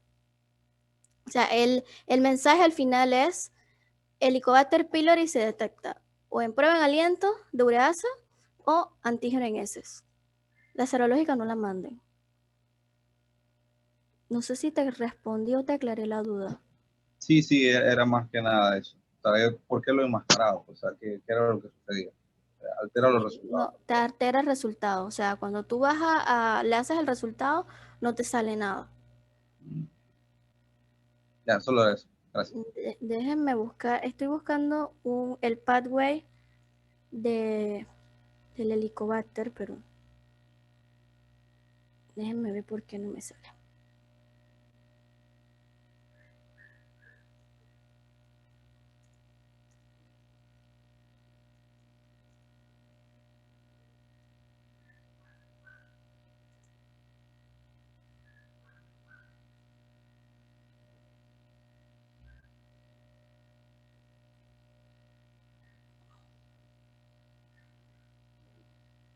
Ok, ya todos lo ven, ¿no? Sí, doctora. Ok, entonces iniciamos la ruta. Ellos te ponen aquí que por esta vía el UpToDate ayudará a guiar a los médicos a seleccionar la terapia para un adulto con infección por Helicobacter pylori que no haya sido tratado previamente. Varias pautas abordarán el tratamiento de Helicobacter pylori. Las recomendaciones de UpToDate del Pathway son generalmente consistentes con las pautas de Toronto del 2016 y las pautas de 2017 del American College of Gastroenterology. Entonces, dice, paciente con riesgo de resistencia a la claritromicina si se presenta en cualquiera de los siguientes. Si el paciente está usando macrólidos como acitromicina, claritromicina, eritromicina, aunque ya la eritromicina no se usa casi, en cualquier momento en el pasado, si reside en un área donde la resistencia del Helicobacter pylori a la claritromicina es más del 15%, o donde las tasas de erradicación con triple terapia basada en claritromicina son menos del 85%. Esto realmente es bastante difícil de establecer porque aquí en Panamá no tenemos las resistencias por áreas. Por ejemplo, en Panamá Centro, ustedes no saben cuántos pacientes son resistentes a Helicobacter pylori. Lo mismo que no saben cuántos pacientes son resistentes a la vancomicina o a otros antibióticos que uno utiliza, que cuando hacen los estudios poblacionales es importante conocer la resistencia local a ese antibiótico, pero es muy difícil a veces saberlo. O sea que ustedes se van a guiar por el uso de macrólido. Si el paciente les dice, doctor, a mí me mandaron acitromicina porque tuvo una faringitis, entonces ya ustedes saben que hay posibilidades de que ese paciente tenga resistencia a la claritromicina. Entonces, los datos que sugieren antibióticos resistencia a la Helicobacter pylori son altas en todo el mundo. En los Estados Unidos da la información limitada sobre las tasas de resistencia a los antimicrobianos. Generalmente asumimos que las tasas de resistencia a claritromicina son del 15%, a menos que los datos locales indiquen lo contrario. Entonces, lo que vamos a ver es si el paciente tiene factores de riesgo de resistencia a la claritromicina. Si ponemos que sí, entonces les pone directamente que el tratamiento con terapia cuádruple de bismuto es la apropiada para el paciente. Entonces, el UpToDate les recomienda una terapia de duración de 10 a 14 días de terapia cuádruple de bismuto, y el régimen que sigue asume 14 días de tratamiento. Un inhibidor de bomba de protones que se lo van a dar 2 veces al día, o sea, 20 bit, el subsalicilato de bismuto, un derivado de tetraciclina y el metronidazol. La terapia cuádruple de bismuto se puede administrar cada agente individualmente o proporcionando un inhibidor de bomba más una cápsula combinada. En otros lugares hay cápsulas que vienen las 4 cosas juntas. Aquí en Panamá no hay eso. Se llama pilera en los Estados Unidos y en algunos otros países. Y se requieren 3 cápsulas para cada dosis. Las cápsulas combinadas pueden mejorar la adherencia, pero también son más caras. Entonces, debido a que este régimen incluye nitroimidazol, o sea, metronidazol, se debe recomendar evitar estrictamente el alcohol. ¿Qué produce el alcohol y el metronidazol? ¿Alguno que sepa? Aumenta la toxicidad. No, eso tiene un nombre. Sí, sí aumenta la toxicidad, pero tiene un nombre. O sea, tú evitas el metronidazol. ¿Por qué cuando ustedes todos somos jóvenes, cuando ustedes toman metronidazol les dicen no lo vaya a mezclar con alcohol? ¿No se acuerdan? Bueno, también se los dejo de tarea, me lo dicen el miércoles. Se debe informar a los pacientes de que la adherencia al tratamiento es un factor crítico para determinar el éxito de la terapia de erradicación. Eso es otra cosa. Es muy, muy importante ustedes explicarle al paciente cómo se van a tomar los medicamentos, si se toman con alimentos o no, y que sean muy adherentes, que eso impacta en la erradicación y en la mejoría de los síntomas. O sea, si el paciente no se adhiere, probablemente haya resistencia y haya que pasar a otra terapia, una terapia alternativa.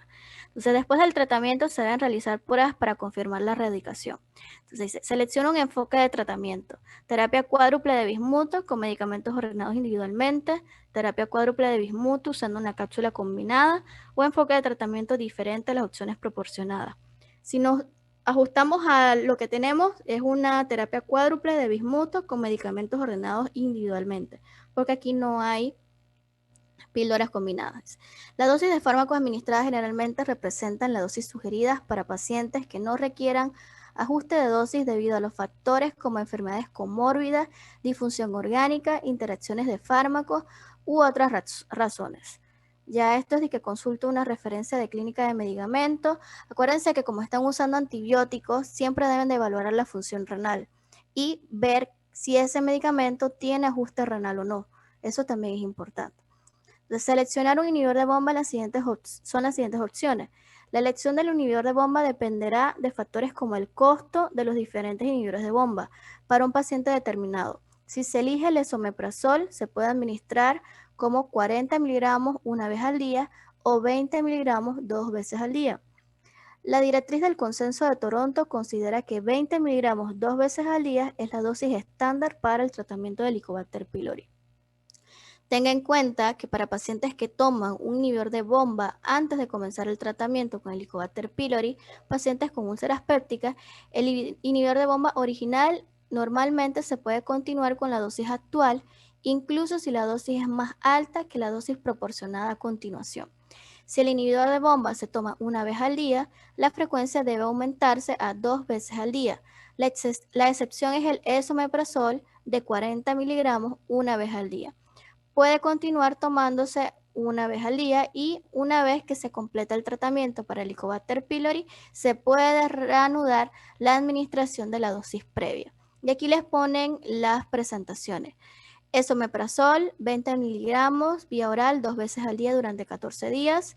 40 miligramos una vez al día por 14 días.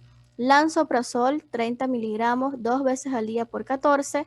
Omeprazol, 20 miligramos 2 veces al día durante 14 días, pantoprazol 40 2 veces al día durante 14 días y rabeprazol, ese sí no lo conozco, no lo he escuchado, los otros sí hay, pero este sí no sé si hay aquí en la farmacia, pero es 20 miligramos 2 veces al día durante 14 días. Entonces, vamos a poner que le ponen esomeprazol, entonces les pone la dosis del subsalicilato, ya sea 524 miligramos por vía oral 4 veces al día durante 14 días o una dosis o frecuencia diferente a la opción proporcionada. Vamos a elegir la que ellos nos proporcionan. Entonces ahora te ponen el tipo de tetraciclina que vas a dar. Si vas a dar una tetraciclina, 500 miligramos por vía oral 4 veces al día durante 14 días y con las tetraciclinas tienen que tener mucho cuidado. Uno, porque si las dan en horarios matutinos o cuando hay exposición al sol, puede causar manchas en la piel, causa fotodaño, también mancha los dientes y se debe tomar con los alimentos y no se deben consumir lácteos. Entonces, o por lo menos consumirlos lejos de la dosis de administración.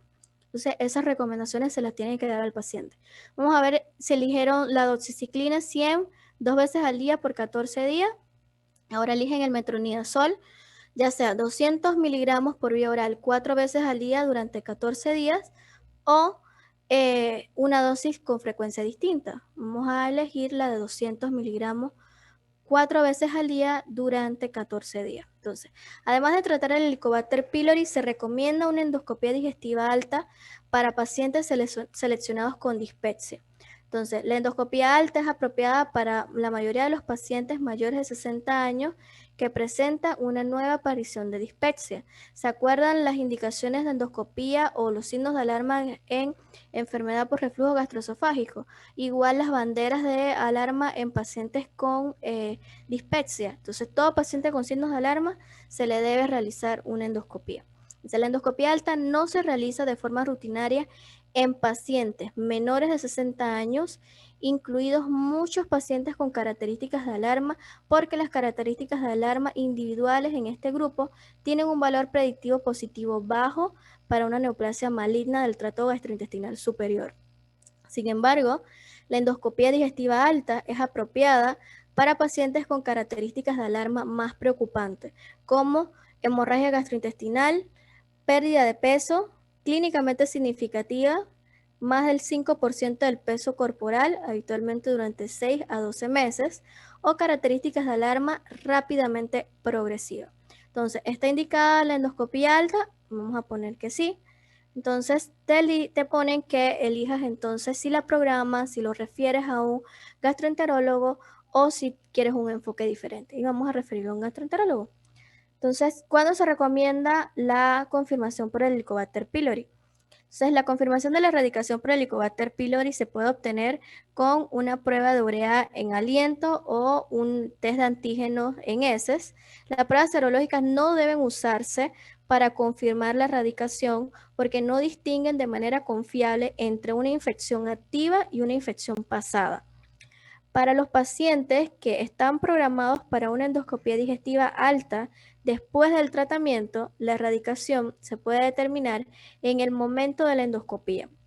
Las pruebas deben realizarse al menos 4 semanas después de finalizado el tratamiento y los pacientes no deben tomar inhibidores de bomba o bismuto durante 4 semanas antes de la prueba de confirmación.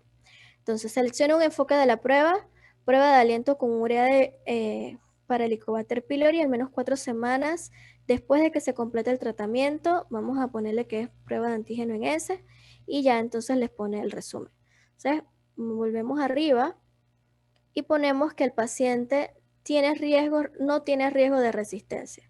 Entonces, si no tiene riesgo de resistencia, ponte que no ha consumido ningún macrólido, entonces lo que ustedes deben evaluar si es alérgico o no a la penicilina. Entonces les pone, en general se deben evitar la amoxicilina en pacientes con antecedentes de hipersensibilidad a las penicilinas. Sin embargo, la amoxicilina puede seguir siendo una opción razonable en pacientes que informan una tolerancia leve o remota que no es específica, es decir, no grave.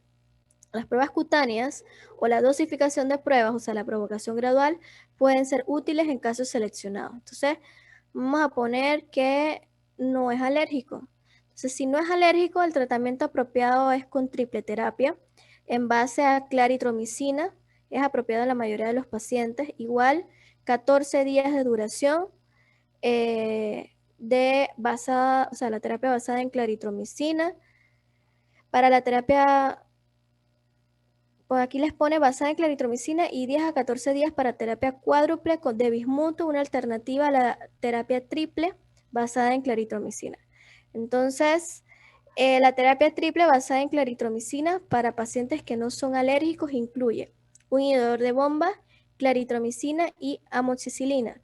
Y la de bismuto incluye el inhibidor de bomba, el bismuto, la tetraciclina y el metronidazol. Entonces, la elección del régimen va a depender de factores como interacciones medicamentosas significativas, la familiaridad del médico con los diferentes regímenes y el costo. Es de descartar que muchos medicamentos de mantenimiento comúnmente recetados como las estatinas tienen interacciones significativas con la claritromicina y los medicamentos no deben usarse al mismo tiempo. Los regímenes no basados en claritromicina pueden ser más apropiados para estos pacientes. Cuanto a la terapia cuádruple de bismuto, se puede administrar cada agente individualmente o proporcionando un inhibidor de bomba. Esto es lo mismo de la cápsula. Si no tienen la cápsula, obviamente por separado. Y lo del metronidazol, ¿no? Que hay que evitar el alcohol, igual por lo que ustedes tienen que buscar. Entonces vamos a seleccionar la terapia triple. Entonces aquí les ponen las dosis de los fármacos, generalmente por las dosis sugeridas, que no requieren ajuste de dosis, obviamente evaluar todas las interacciones. Igual que lo otro, las dosis de los inhibidores de bomba es básicamente lo mismo. Entonces vamos a poner el paciente que sí es alérgico a la penicilina. ¿Qué opciones tiene? Entonces, el paciente que es alérgico a la penicilina, les preguntan si ha recibido el paciente metronidazol en los últimos años, si ha estado con exposición reciente, si tiene un mayor riesgo de resistencia. Vamos a poner que sí. Entonces, les dice que lo que deben usar es Igual, o sea, tratamiento terapia cuádruple es recomendado y les manda a que si han usado metronidazol anteriormente, le den la terapia con metronidazol. Entonces, vamos a poner, si no ha recibido, entonces los manda a que le den una terapia triple con claritromicina, un inhibidor de bomba y metronidazol, o la terapia cuádruple, que es el inhibidor, el bismuto, la tetraciclina y el metronidazol. Entonces, déjame ver. Ok, entonces aquí al paciente, bueno, yo creo que esto ya la vimos, que el paciente que no era alérgico se le daba todo eso. Y lo que sí tienen que tener claro es eso, ¿no? Si el paciente tiene, aquí lo evalúan, el paciente le hacen los laboratorios y tiene helicobacter. Entonces evalúan si hay resistencia.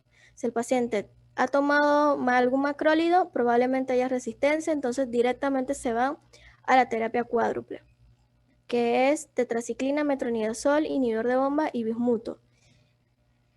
Si no hay resistencia, entonces evalúan si es alérgico a la penicilina. Si no es alérgico a la penicilina, entonces nos vamos con la terapia triple: claritromicina, amoxicilina y el inhibidor de bomba, o la terapia cuádruple, que es claritromicina con metronidazol, inhibidor de bomba y bismuto. Si sí es alérgico a la penicilina, le preguntan al paciente si ha estado tomando metronidazol en los últimos años, si en algún momento lo ha tomado. Si lo ha tomado, entonces le dan la terapia cuádruple, que es con bismuto, y obviamente confirman la erradicación del helicobacter. Y si no lo ha tomado, entonces le dan igual claritromicina en terapia triple, pero aquí reemplazan entonces la amoxicilina por el metronidazol. O sea, lo que tienen que tener claro es eso, que en el caso tal de que sean alérgicos, reemplazan la amoxicilina por el metronidazol. Es lo que tienen que tener clarito en esa parte. Y lo demás son las dosis, pero igual eso sale en la diapositiva, igual lo pueden buscar. Si en algún momento se les olvida las dosis, igual lo buscan, dice dosis de claritromicina para erradicación de Helicobacter pylori.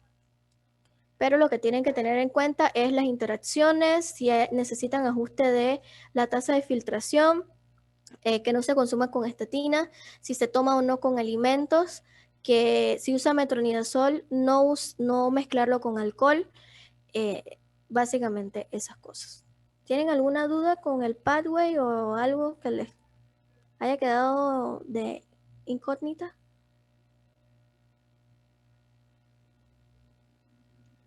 Doctora, entonces al final del tratamiento, pasaron los 14 días, se deja un espaciado donde no toma nada por 2 semanas y se Exacto. toma nuevamente la prueba de Helicobacter pylori.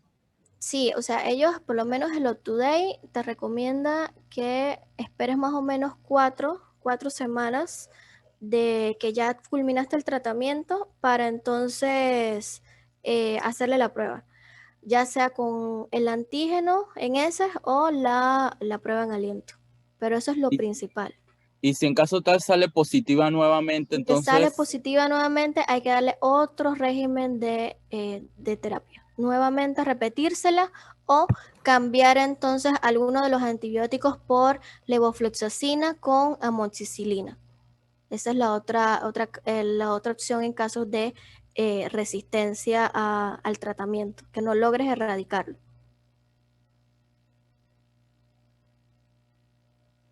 Déjame ver si aquí, yo creo, no, aquí no sale.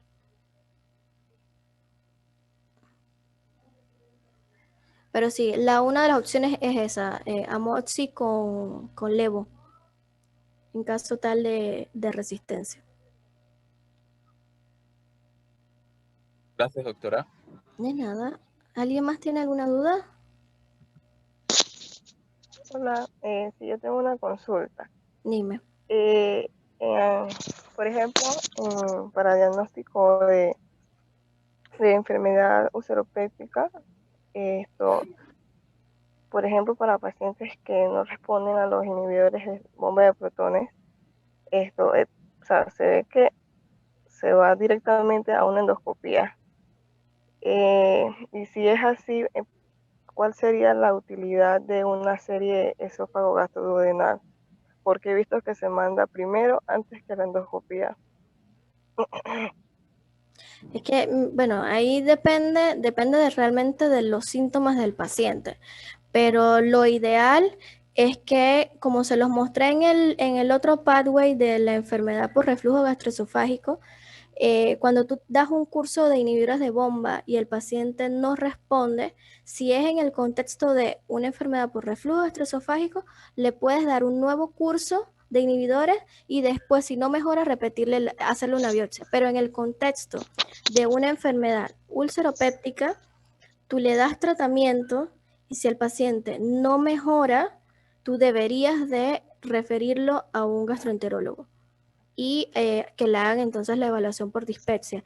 Realmente la serie esófago gastroduodenal te va a ayudar para identificar datos de algo estructural que en el caso de reflujo, las hernias hiatales, pero no es algo que realmente te ayude mucho. La serie esófago gastroduodenal, o por lo menos en caso de que haya alguna fístula, pero ya eso es otra cosa. Eso no es lo que me preguntaste. En el contexto de un paciente con enfermedad ulceropéptica, si no mejora luego del inhibidor, tú debes de mandarlo a una evaluación por un gastroenterólogo para que evalúen la, la posibilidad de una endoscopía o, en todo caso, podrías hacerle un Helicobacter pylori para ver si es que es el Helicobacter pylori lo que está condicionando los síntomas del paciente y que no has tratado y por ende no ha mejorado los síntomas, ¿no? Entonces, esas son las dos opciones. Pero si, por ejemplo, tú tienes, por ejemplo, les llega un paciente joven que ustedes lo evalúan con dispepsia, dolor abdominal, le dan un curso de un mes de inhibidores de bomba y no mejora. Pero ustedes a ese paciente no contemplaron la posibilidad de hacerle un Helicobacter pylori. Entonces, en ese paciente ustedes le dicen, bueno, suspende el inhibidor de bomba y al cabo de unas 2 semanas te haces el antígeno en heces por Helicobacter pylori. Si te sale positivo, entonces que regresa a tu consulta y tú le inicias el tratamiento. Si te sale negativo, entonces ya tienes que buscar otras causas de la dispepsia, que en este caso no fue el Helicobacter, y referirlo entonces a un gastroenterólogo. Pero siempre tienen que descartar la posibilidad de un Helicobacter, siempre y cuando sean menores de 60 años. Los mayores de 60 años también, pero acuérdense que ya mayores de 60 años con dispepsia tienen que buscar signos de alarma de dispepsia. Entonces ahí sí, considerar referirlo. Ustedes le pueden dar el abordaje inicial, lo empiezan a tratar, pero igual lo refieren por la posibilidad de que pueda hacer otra cosa, ¿no? Ok, gracias. No hay nada. ¿Algún otro tiene alguna duda? ¿Algo? ¿Un comentario? No sé. Bueno, ya igual nos Doctora, pasamos. Dime. esto con respecto a los pacientes mayores, que usted dijo que creo que era arriba de 75 años que estaban contraindicados los Los AINES por AINES. grado. Y si ellos tienen una condición parecida a esta, ¿cómo se les maneja? ¿Cómo así? O sea, ¿cómo qué? ¿Qué se te ocurre? Úlcera péptica. Ajá. Pero la indicación del AINES, ¿por qué sería? Para el manejo inicial, o sea, el abordaje inicial de una úlcera péptica. Ok. Ahí no sé si me expliqué mal. Ok. Los AINES están contraindicados en los mayores de 75 años porque tienen mayor riesgo de sangrado digestivo. ¿Ok? Ese uno es el primer punto. Entonces, no quiere decir que no se lo puedas dar, dependiendo si el paciente tiene una patología que implique que tú le tengas que dar el AINES. ¿Ok? Entonces, si tú tienes un paciente con enfermedad ulceropéptica que no requiere el uso de AINES, lo primero que tienes que hacer es suspender el AINES. O sea, no darle ningún AINES. Eso es lo que hay que hacer. Y obviamente darle el manejo con inhibidor de bomba o con antagonistas H2 o con algún protector gástrico. Lo que yo es que no te entiendo bien la pregunta. No, vale, nada más era para saber si se suspendía Sí, o qué es que onda con tienes que quitarla. se suspende. Acuérdate que la principal causa de la enfermedad ulceropéptica es los AINES, el helicobacter y el alcohol. Entonces, si tú no quitas el estímulo, no quitas la injuria, el paciente no va a sanar. Eso sí, hay que tener en consideración, por ejemplo, si tú tienes un paciente infartado que toma AINES, por ejemplo, tomas aspirina por prevención secundaria y te cursa con un sangrado digestivo y le documenta una enfermedad ulceropéptica, el AINES se suspende más o menos por 2 semanas, se espera que cicatrice la úlcera y se reinicia el AINES con inhibidor de bomba. Ese era el escenario que quería plantear, pero no lo supe plantear bien. Ok, Sí, ese ok. es diferente porque ahí tú tienes una indicación de un paciente que requiere la aspirina por prevención secundaria, por un alto riesgo cardiovascular, pero que también tiene un riesgo de sangrado. Entonces tienes que usar las dos cosas juntas, el inhibidor con el AINE, o con la aspirina, pues, pero siempre y cuando dándole un periodo de que esa úlcera cicatrice. Ok, gracias. De nada, ¿alguien más quiere plantear algún escenario así para aclarar la duda o no tienen duda o están clarito en todo?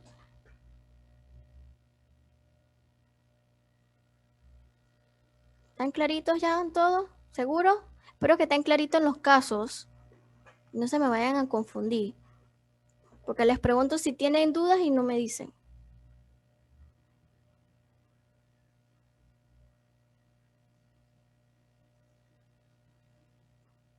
Bueno, todo el mundo está clarito, pues.